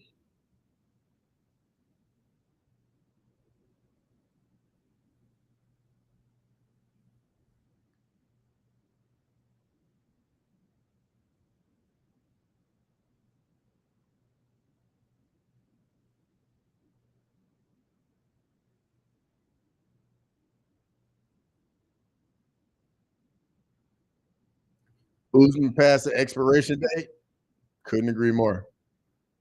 Brittany G has a deeper voice than most men. No wonder they detain her in Russia. Grimy, come on. Woo. Win or lose, hang it up for Kamara. I feel you. You got Cody or Barcelos or however it's spelled. I haven't really looked into the matchup yet. Like I literally just started looking at the card for next weekend. I'm probably gonna work on it when I get off the screen tonight or tomorrow. Hopefully I can do it tonight and get that out. I gotta look at some numbers, CCB. You KO the year? I'm trying to remember any other good KOs from this year so far. But that one was definitely up there.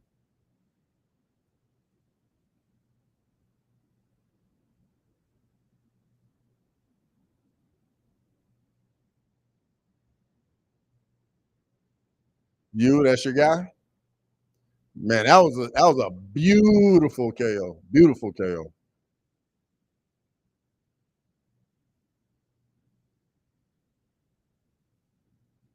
choker chain.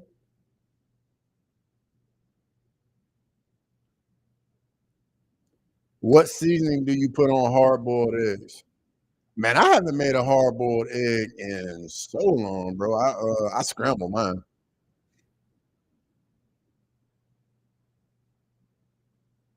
Ricky Simone, runner-up, ironic. Did y'all see Ricky Simone's post on Twitter?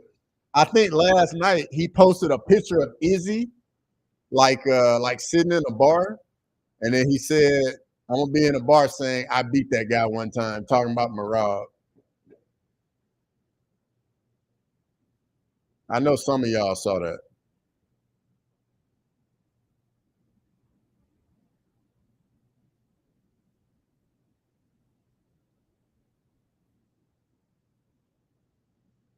Two with the hard hitting questions. But yeah, for me with hard-boiled eggs, man, you just give me a little bit of salt, and I'm good to go. That's all I need is some salt on there. Man, nice floater. Halliburton has 2 field goal makes. Lame. The Pacers definitely can't win with that. Pacers going zone now. And one.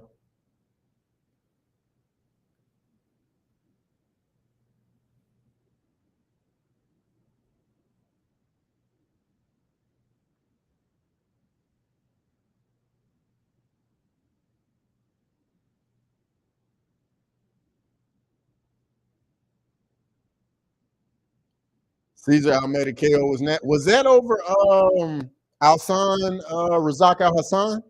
Is that the one you talking about, Grimy? Because if so, that was a good one. If that's the one you're talking about.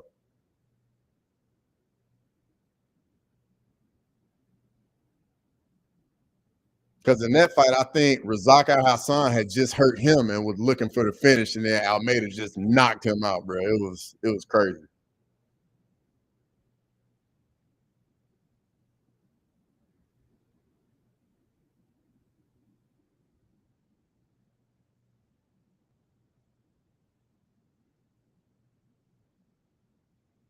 Oh, nice strip.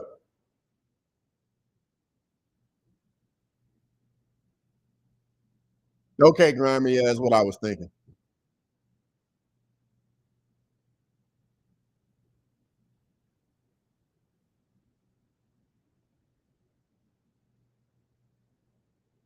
Nice strip.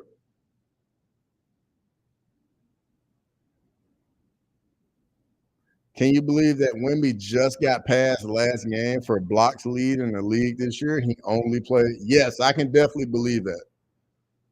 Like his length, he looks like he was created in a lab, Rob Rex. Like he'll catch lobs and he is like barely out of the ground, off the ground, nowhere near the rim, and they just throw it up and he just catches it. Hopefully, I think he was out from blood clots. I think. Got a bounce, boss got a job for me. Big up cross in the chat. Appreciate it, Leroy. Tell boss man I said, hey.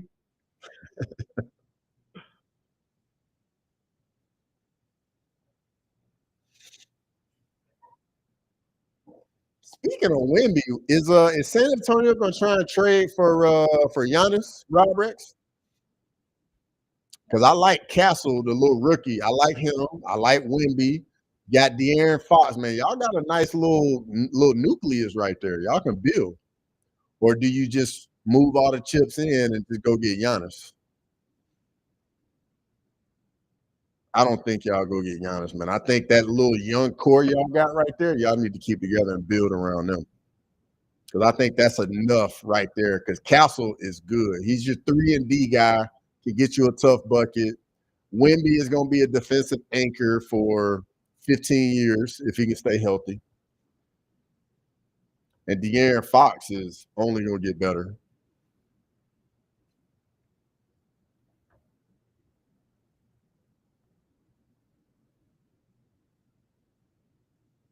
Giannis going to New York? I don't know. I don't think the Knicks got any money though. And who would they trade?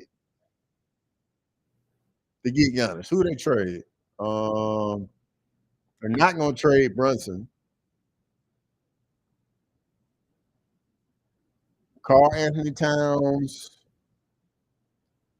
I don't think he would want to go to New York.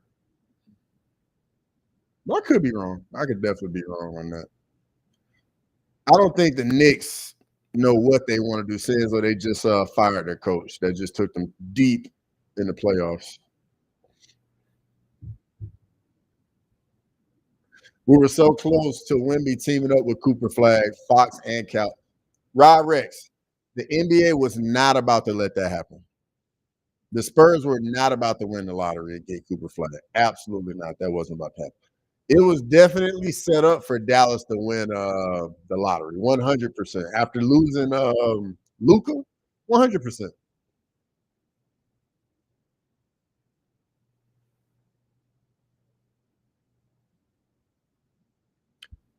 Don't think so, bro. To be honest, from my articles I've been keeping up with, is looking more like KD being traded for Devon Passa and the 14th pick, and we're gonna pick up Dylan Harper. My prediction. Okay.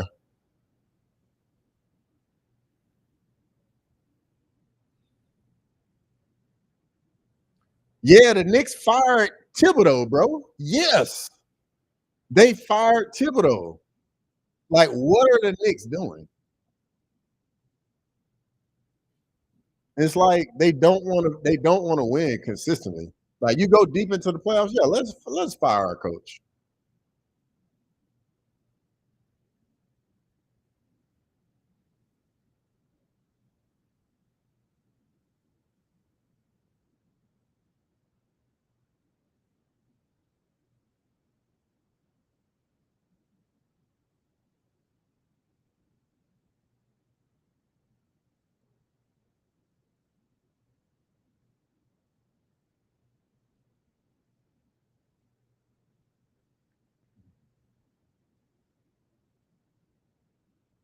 Nineteen-point game.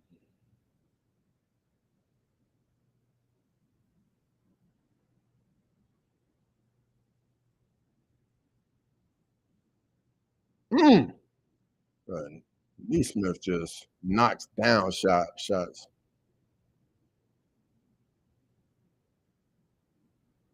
I was in the middle of nowhere fishing this weekend and haven't watched sports. So yeah, Grimy, they definitely fired Thibodeau.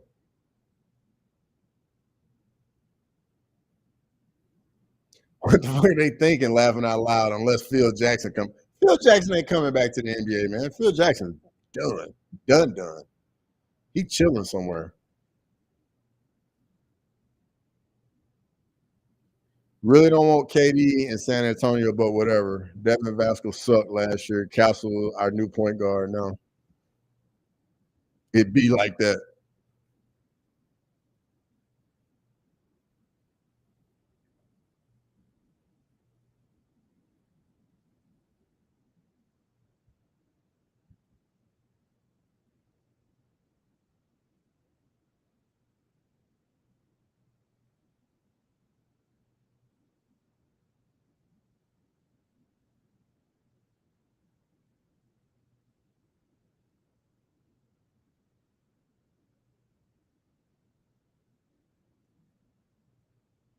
Tough shot.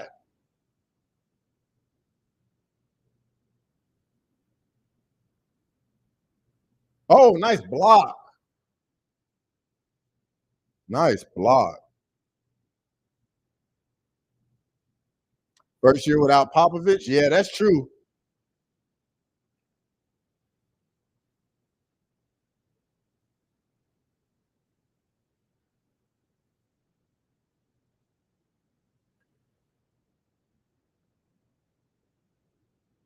I really hope Detroit makes a run at Giannis, but that's wishful thinking. Ooh, tough shot by Shea Gilchrist. 20-point game.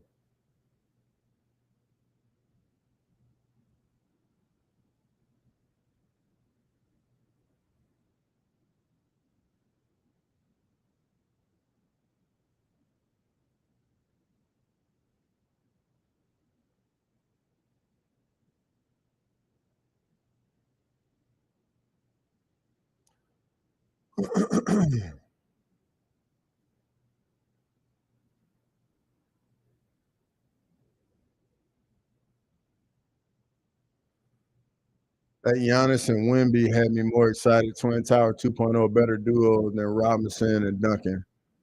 So we get Giannis. I'm hyped. Who can stop them two together? Nobody. Because you ain't doing none with Wemby and you ain't doing none with Giannis. And Wemby can actually stretch the floor because Wemby can shoot.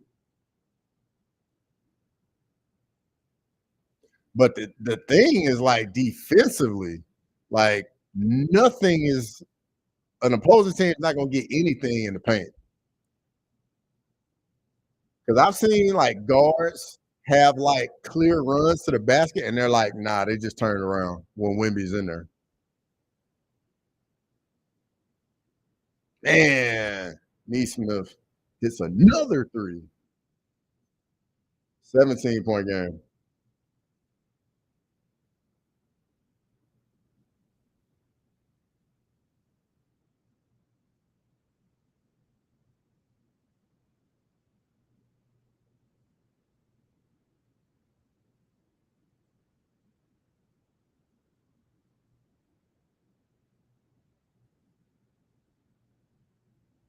Tough matchup. Oh, he just gave it up. Good pass.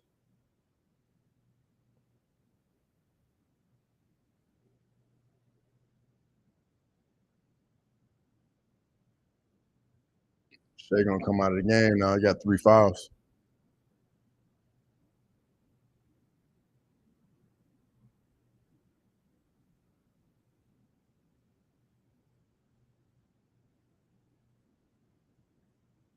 Or not. They're not gonna take him out of the game.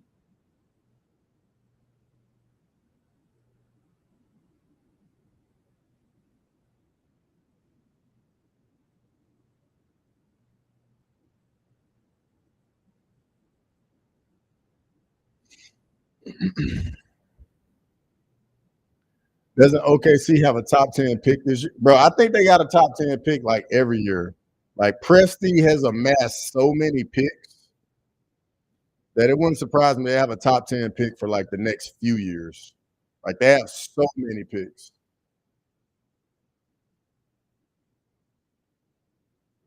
Ooh, nice lob.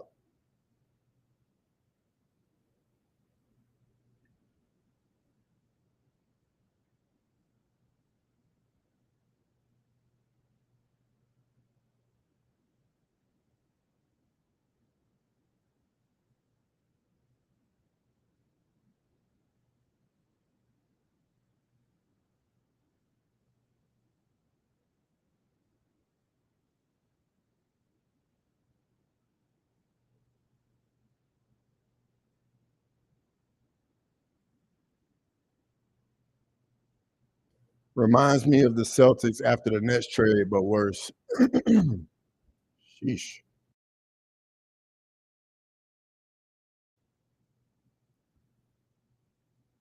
Yep, OKC has the best rebuild in a long time. All their picks with other teams that made a championship team with a top 10.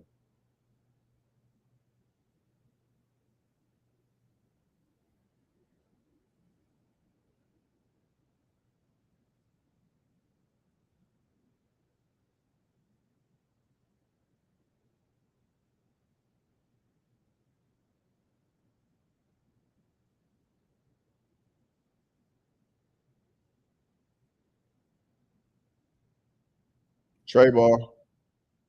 Nope.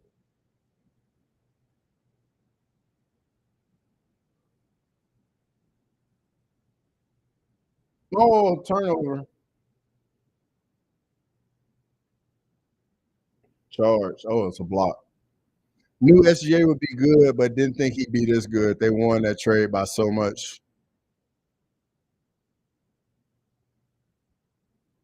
Their top pick last year, top pick got hurt also. Yeah, man. Like when you got picks, it's just a matter of time for you get back good.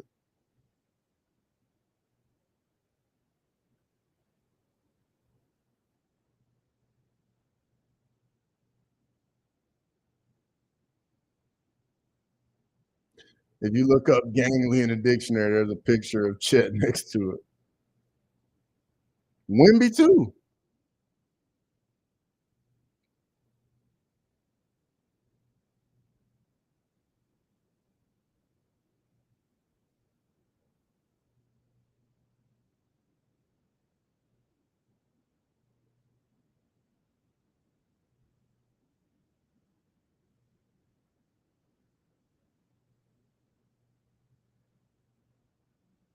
Hmm. 19-point game.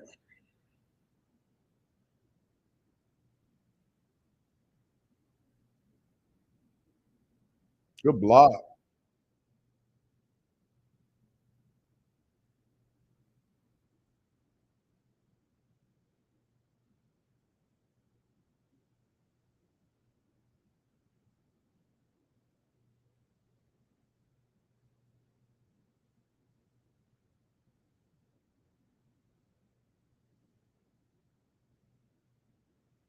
19-point lead going into the fourth.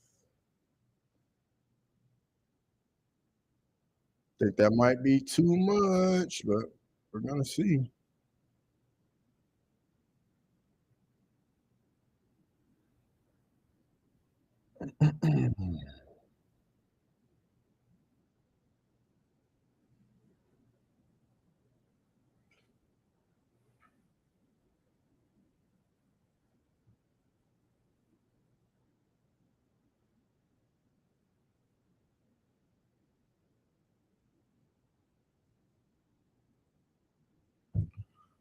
Oh man. Does Indiana cut it within 10 in the fourth quarter?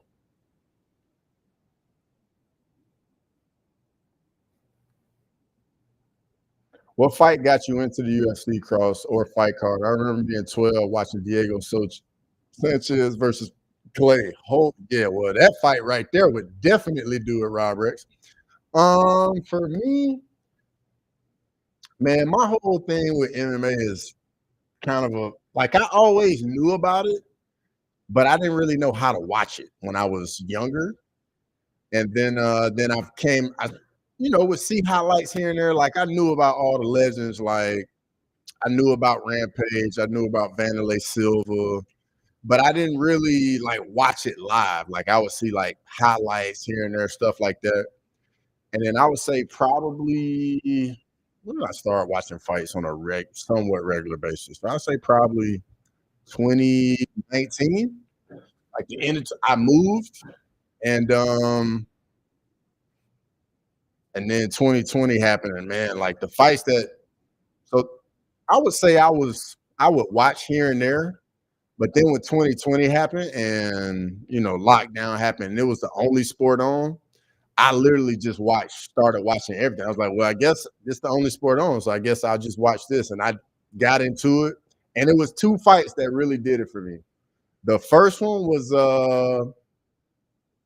Weili Zhang versus Joanna Jędrzejczyk one, and Dustin Poirier, Dan Hooker. Like those two fights that year, I was like, oh my God, this is amazing. But I remember Weili Joanna because I think that was March 2020, if I remember correctly. I think it might have even been the same card of Yoel Izzy, I think. I think. But that's literally one of my favorite fights ever. And I watched it live. I was like, man, like women are going like this. And I've since rewatched that fight several times. And then obviously the Poirier Dan Hooker fight. But like I said, I knew about MMA before, but I just wasn't watching it like all the time. Hooker versus Dustin was crazy. Yeah, man, for sure.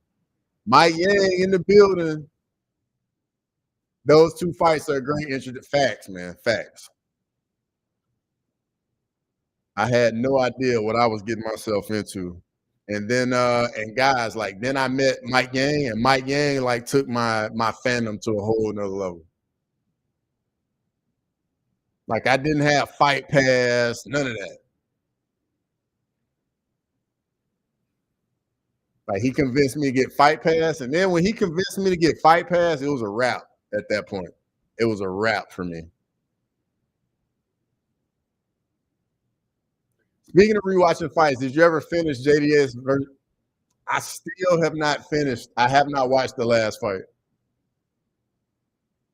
That Dustin versus Hooker has to be in my top 3 most brutal wars. Dudes left part of them in there that night for, yeah, man. That fight was phenomenal. Phenomenal.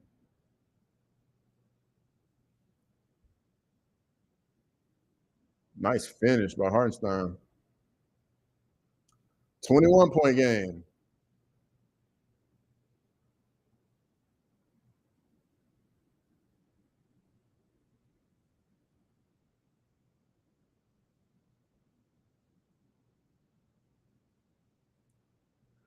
I need to collect commission from the UFC for signing people up for Fight Pass. You do, my game.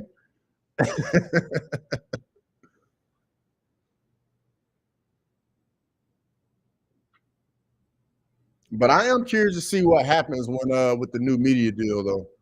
Like what comes out of it and how they do it. 'Cause I don't know about y'all, man. It's annoying like having to go to different places. Like, can we all just have it all in like one location? You know? But 21-point game, 11 minutes left. Okay, 95-74 OKC. Halliburton has 5 points.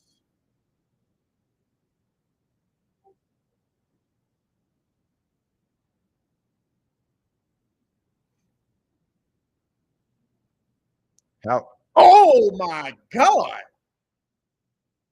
Oh my goodness. Bro, Miles Turner knew he was going to dunk that like as soon as like when he saw that pass was coming, he's like, yeah, I'm punching this.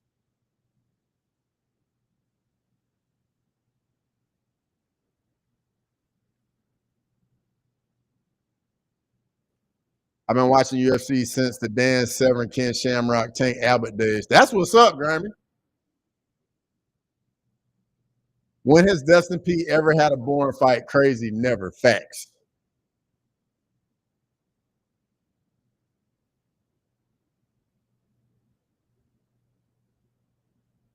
Trey Ball.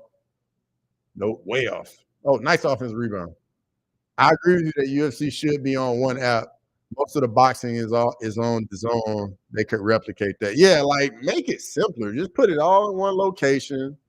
I don't want to have to go here sometimes and here some other times. Like have it in one place.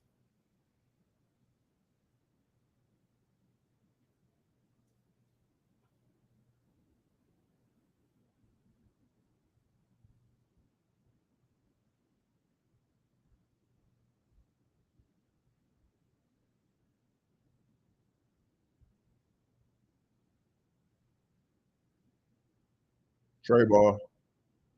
Nope. Oh, nice pass. Nice pass. Yeah, I think this lead might be too much tonight.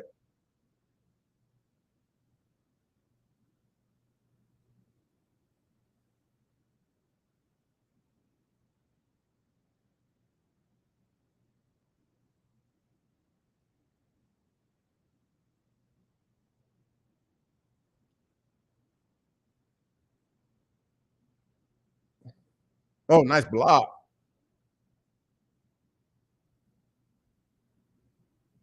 Gotta get a shot up. Gotta get a shot up. Okay. Indiana ball.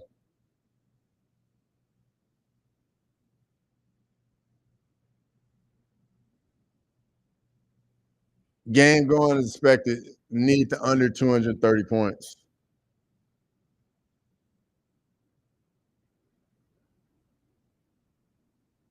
UFC could combine Fight Pass and ESPN Plus content, create their own streaming service, drop the price of pay-per-view, and you have it.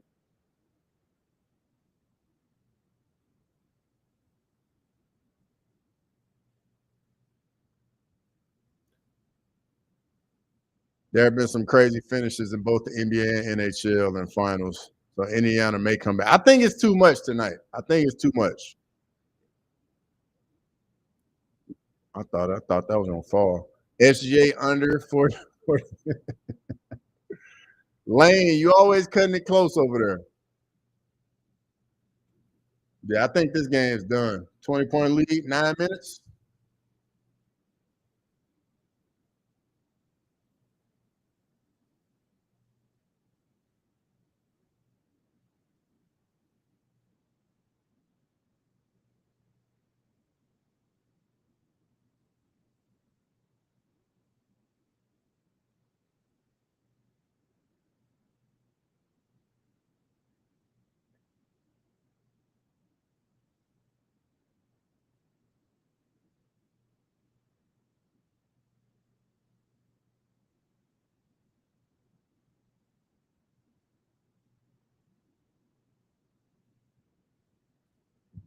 Halliburton, the shot. Now Halliburton's starting to shoot it a little bit. He waited a little too late, in my opinion. Still a 20-point game. Yeah, Richard Jefferson just said the exact same thing. You got to start going earlier.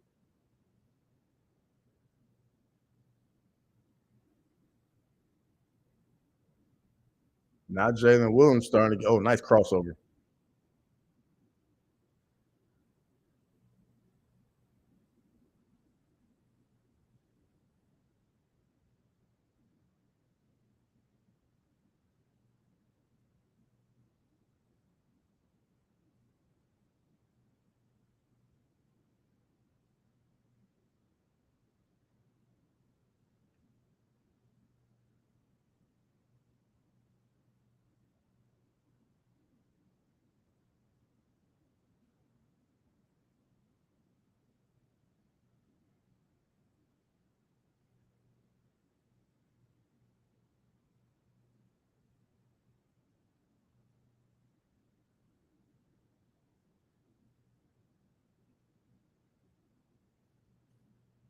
Boxing was on fire this past weekend. Lots of good fights for those of you who need more violence after UFC. Halliburton, nice dunk. My bets are under 230 total points and SGA under 48.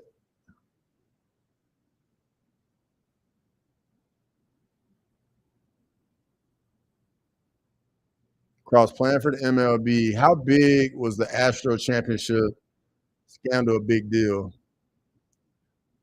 Again, Cross Houston. I might be biased because I enjoy us having a championship, but it never felt right.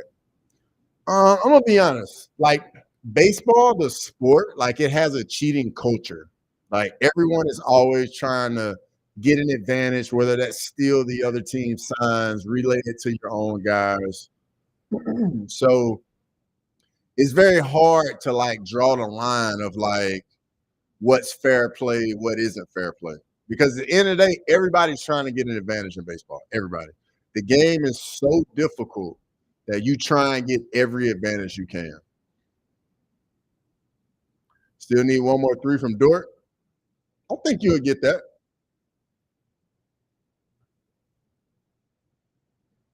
But Rob Rex, hey, if that's your squad, they got a championship, enjoy it, man. Say it with your whole chest, talk all the trash you want. Because there's organizations that have never won. You know what I mean? Can't take them for granted. Let's think about it. In 5, 10 years, man, nobody gonna remember that. If you ain't cheating, you ain't trying.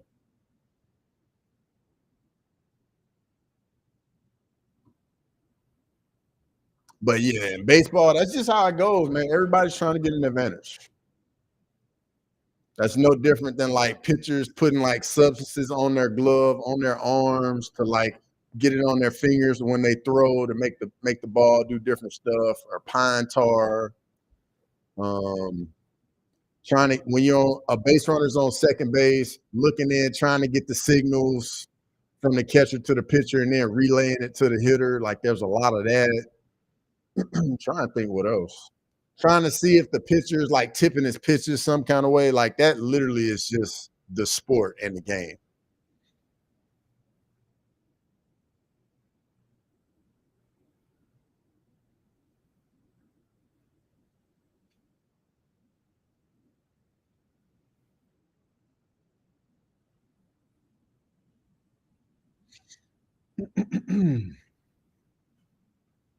But it's funny though, because say for instance, if like somebody has the signs of what pitch the team is throwing, some guys don't like to know what's coming, even if you have the signs.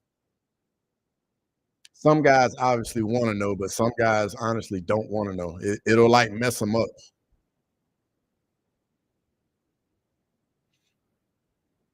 Like if you were hitting, would you want to know or would you not want to know? True, baseball does require a massive amount of skill. So even if cheating, you still have to win it, which is hard. Good way to put it, Cross. Yeah, like it's just people just don't realize, man, hitting a baseball by far the hardest thing to do in sports, by far. And with how hard these dudes throwing now, you ain't got much of a chance. Like literally, you go up there looking for one pitch. If you foul it off, like at that point, you're in trouble. Or if you take it and you don't swing, or if you take a ball and it gets called a strike, like the margin for error is so small in baseball, so small.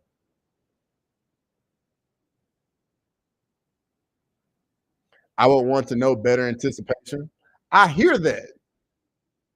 But the thing is like with you knowing, you get out of your natural routine of like how you hit. Because think about it, your whole life you're hitting, you don't know what's coming. And now you do know what's coming. Like, believe it or not, like it messes some guys up and like they get anxious and they start trying to do too much as opposed to just doing what they normally do. You know what I mean?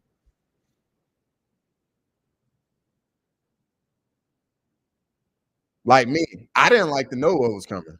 Because if I knew what was coming, like I would gear up and I would try and do too much and it would get me out of what I was trying to do. I know it sounds weird, but I'm telling you, like when I knew, I felt like I had worse at bats.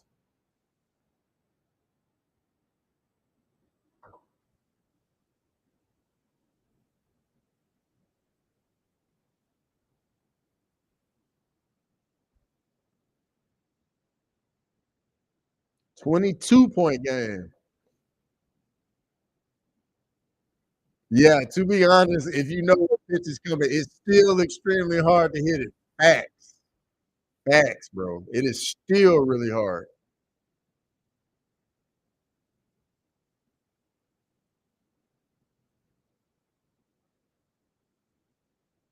Wide open three. Bottom.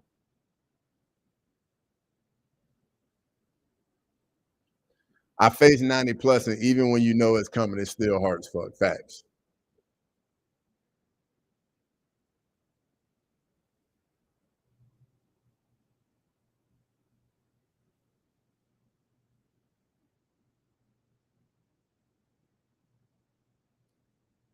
Is this fight become? I mean, is this game becoming a Rob O'Malley too? Nah, not really, because you got to think Indiana won game one, whereas Marab won the first and second fight. In high school, I faced this dude who's a top 10 pick out of high school. He topped out at like 97. On topic of cheating or potential cheating, how do we feel about players on teams that are notorious for going hard to the point of borderline dirty? Is it passion or is it cheat? That is a thing like Patrick Beverly or Draymond. So Patrick Beverly, I don't have issue with. Draymond sometimes go too far, and I see why like dudes go at him the way they do because some of the stuff Draymond does is a bit too much. But Pat Bev, though, I think he keeps it. It's it's more respectful, in my opinion, with Pat Bev. But you got guys like that in every sport, though. Every sport.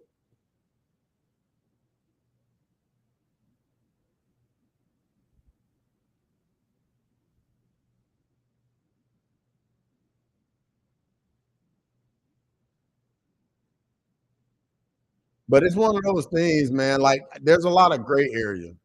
Like what you may think is like okay, another team might not feel that same way. That's you know, that's just how sports is. Because at the end of the day, everybody out there is a competitor, ultra competitor. Like you don't get to the NBA, the NFL, the MLB. Like you got to be a dog just to get there. Good shot. Yeah, this one's done.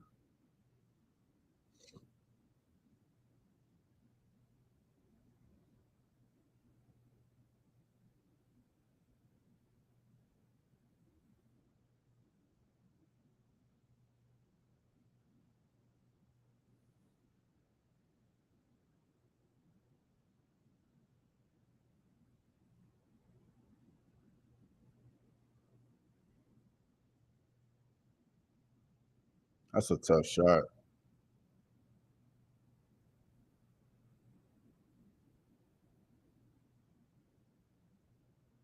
Guys like that you hate playing against, but love having them on your team. 100%.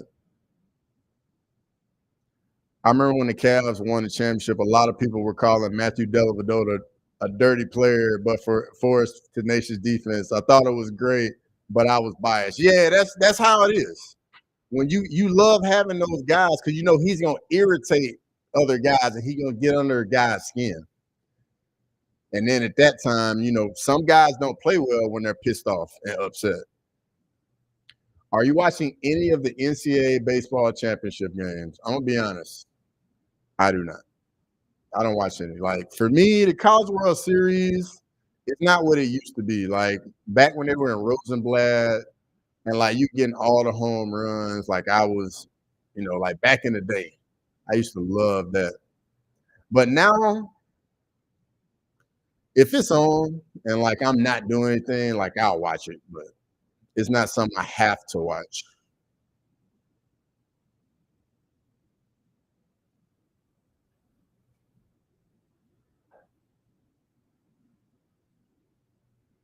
Rip through. That's a tough shot.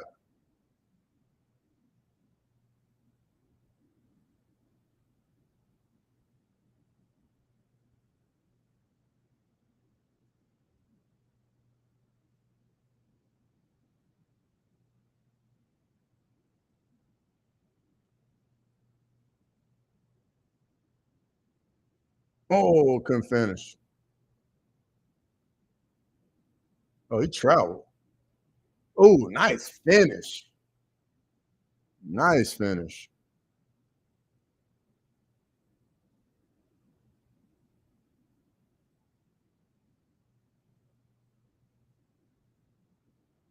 Turnover. Ooh, he almost turned it over. Oh, got came away with nothing. I watched the Little League World Series. It's cool seeing how much fun the kids have. Yeah, yeah, yeah. Nah, Matthew, it's done, brother. This is done tonight.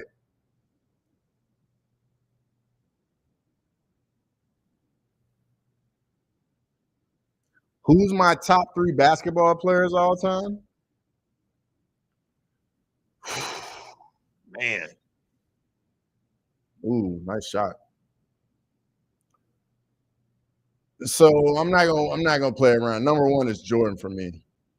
And I don't even feel like that's close. Like I know a lot of people want to have that talk about Jordan LeBron. To me, it's not even close. Sorry, lazy. I know you're gonna be upset with me. And you my guy, lazy, but Jordan's the GOAT.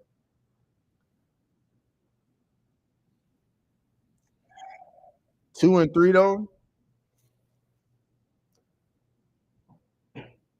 I would put Bron 2 and Kareem 3. Even though I feel like head up, mano y mano, Kobe was a better player than LeBron. Just my opinion. I think LeBron had more accomplishments, but I think if just head up, them two, 1-on-1, give me Kobe over LeBron any day. But I just think LeBron just his accomplishments are just a bit too much for Kobe to do it. Even though I overall I like Kobe. I like Kobe's game better than LeBron.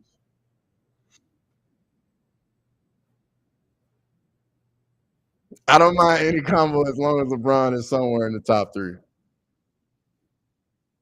It's strange because, like I said, I like Kobe's game better than LeBron's. And me personally, like, I like the guys that are killers, like Jordan, Kobe, Bird. Like, I like them dudes that want the ball in crunch time. That's coming for your heart. Like, them the guys I like. Who's Draymond of MMA? Draymond of MMA. Michael Chandler. All the fence grabs, the low blows, back of the head shots. I'm trying to think. Trying to think. Yeah, Michael Chandler. You think that's a good call or no?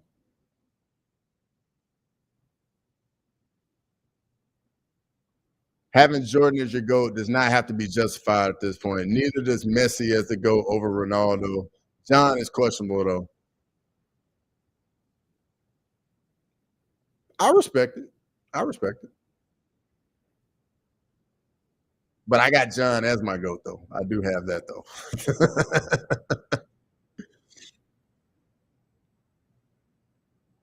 Like he's got more title wins than regular wins.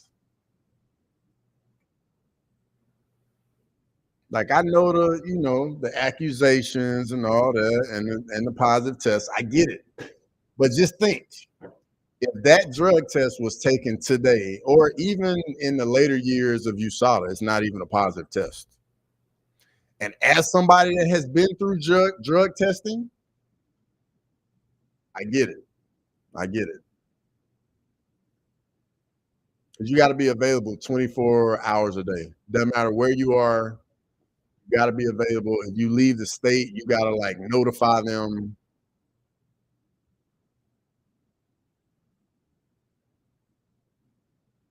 That's exactly what it's about. What you prefer? I prefer the facilitators. Bron, Isaiah Thomas, Magic are my three favorites. That's fair.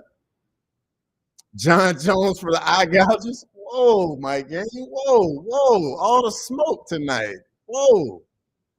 You got a point. I'm not even gonna argue. I can't even argue with you on that. That's very valid.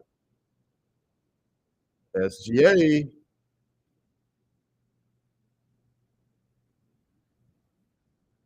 Yeah, Indiana's done. They got all the reserves in. Yeah, I don't think Indiana has any starters in there now. So this is done.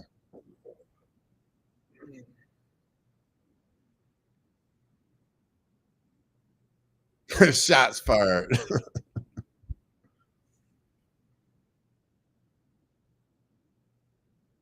Jordan, Duncan, Kobe, Duncan, five-time champion, two-time MVP, went to the playoffs every year of his career, including the Western Conference Finals his last year. I love Kobe, but Tim Duncan gets no love.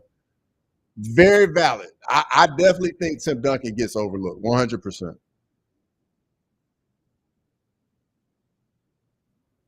Hey, Lazy, I got one for you.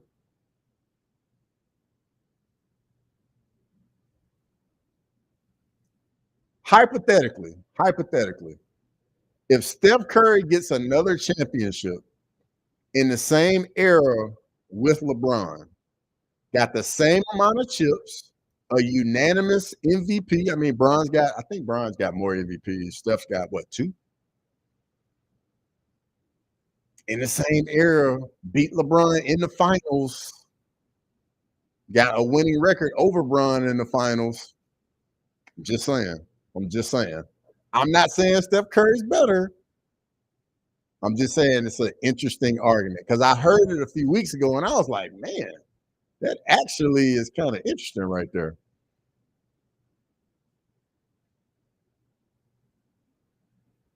Would rather have an exciting game like last time, but my under is about to hit. Yeah, that's what matters.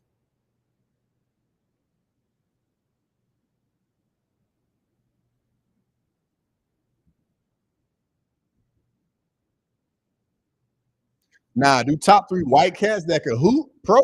Oh, that's easy for me. Bird, Dirk, and my third white cat. That was my third one. Who would my third one be? Bird, Dirk.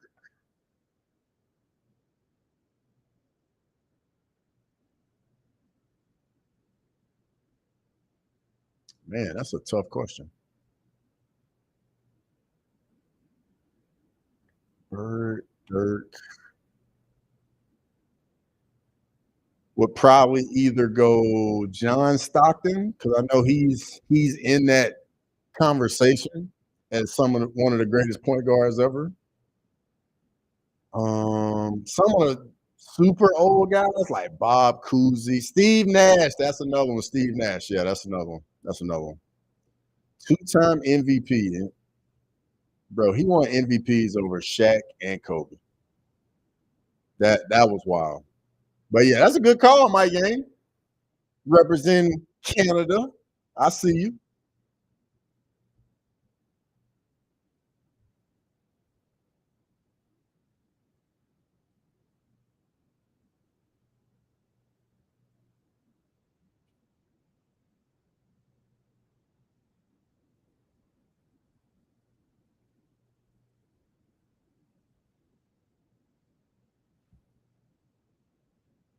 Well, it wasn't a repeat of game one.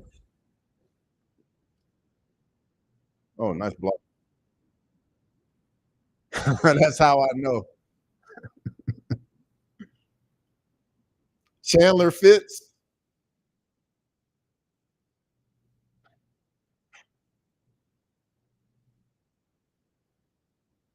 Yeah, the fish hooking to Dustin Poirier, the cage grabs, back of the head to Dustin Poirier, back of the head to Charles Oliveira. The eye pokes with Gaethje. What else? What else Chandler do?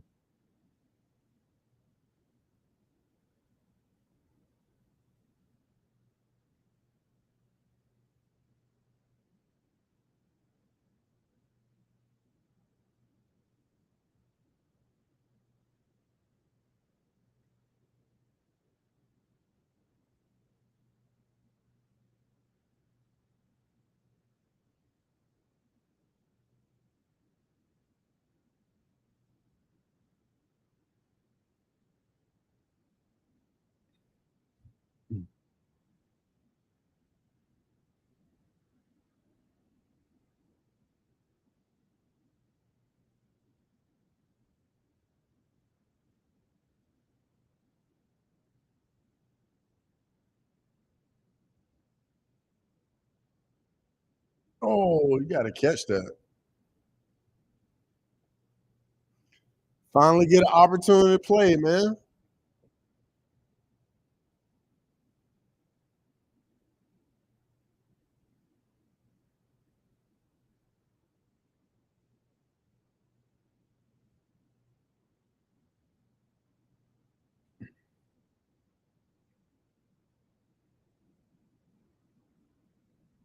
Just think, if you come in right now, you knock down a couple shots, you can get in you can come off the bench. Like they will definitely get you in the rotation. Because I have seen that in the finals.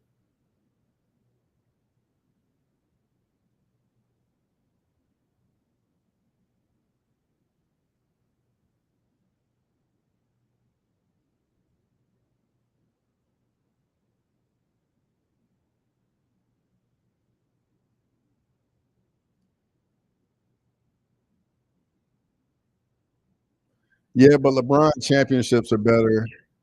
That comeback against Golden State and the battles against San Antonio were unbelievable. I discredit Golden State a lot since KD signed the team in 7-3-9. Tim Duncan or David Robinson? Tim Duncan for me. Like Duncan's the greatest power forward ever, and Robinson is just a great center. He's not in the greatest ever, greatest centers of all time. He ain't in that conversation.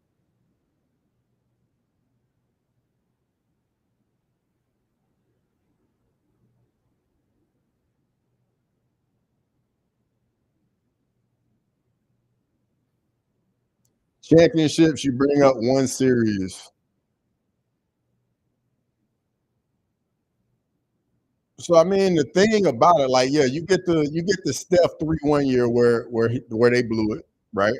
But you also get all the LeBron finals losses. You get I think he's part of the two biggest blowouts in NBA finals history against the Spurs.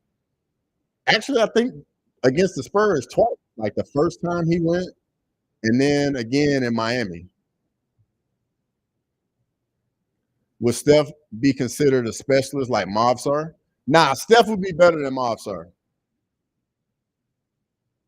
Like you wouldn't be able to tell the story of basketball without Steph Curry. Like, because he has completely changed the game. You can tell the story of MMA and not mention Mobsar Evloev.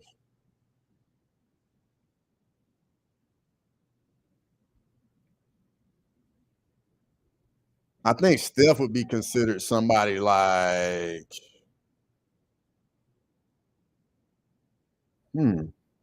somebody like Steph in MMA. He shot 35% in his first finals. Yikes. That's a good question, Master. Who would Steph be in MMA?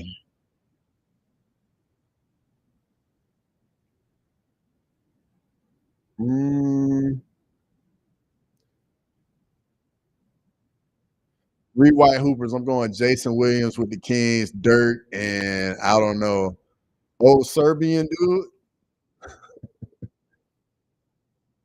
Like they bring out one great series, but want us to forget the bad ones, like you had against the Mavs and the Spurs. Facts, CCB, facts. Yeah, Curry can never be left out of the story of basketball, bro. He's completely changed the way the game's played.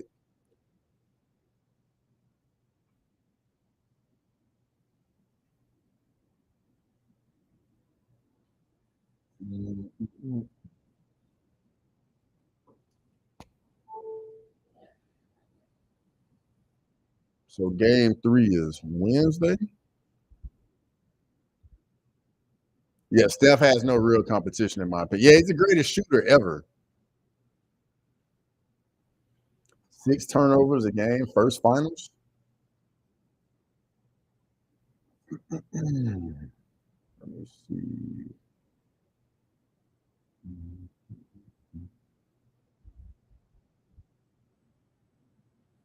Anybody else live right now? Let's see. I guess not.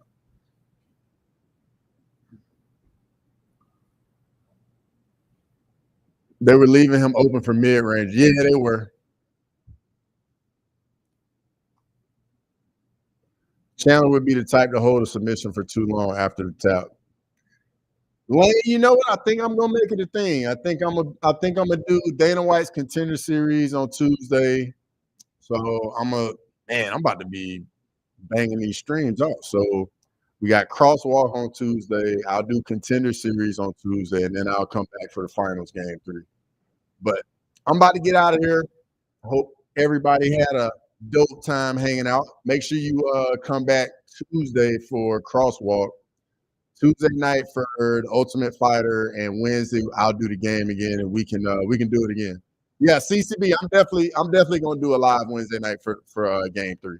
So make sure everybody y'all pull up. I'll be here. We'll do it all again. I look forward to it. And yo, I appreciate all y'all coming in here and chopping it up with me each and every time. I appreciate it. But I'm gonna get out of here, and until Tuesday, I will see everybody again. Everybody have a good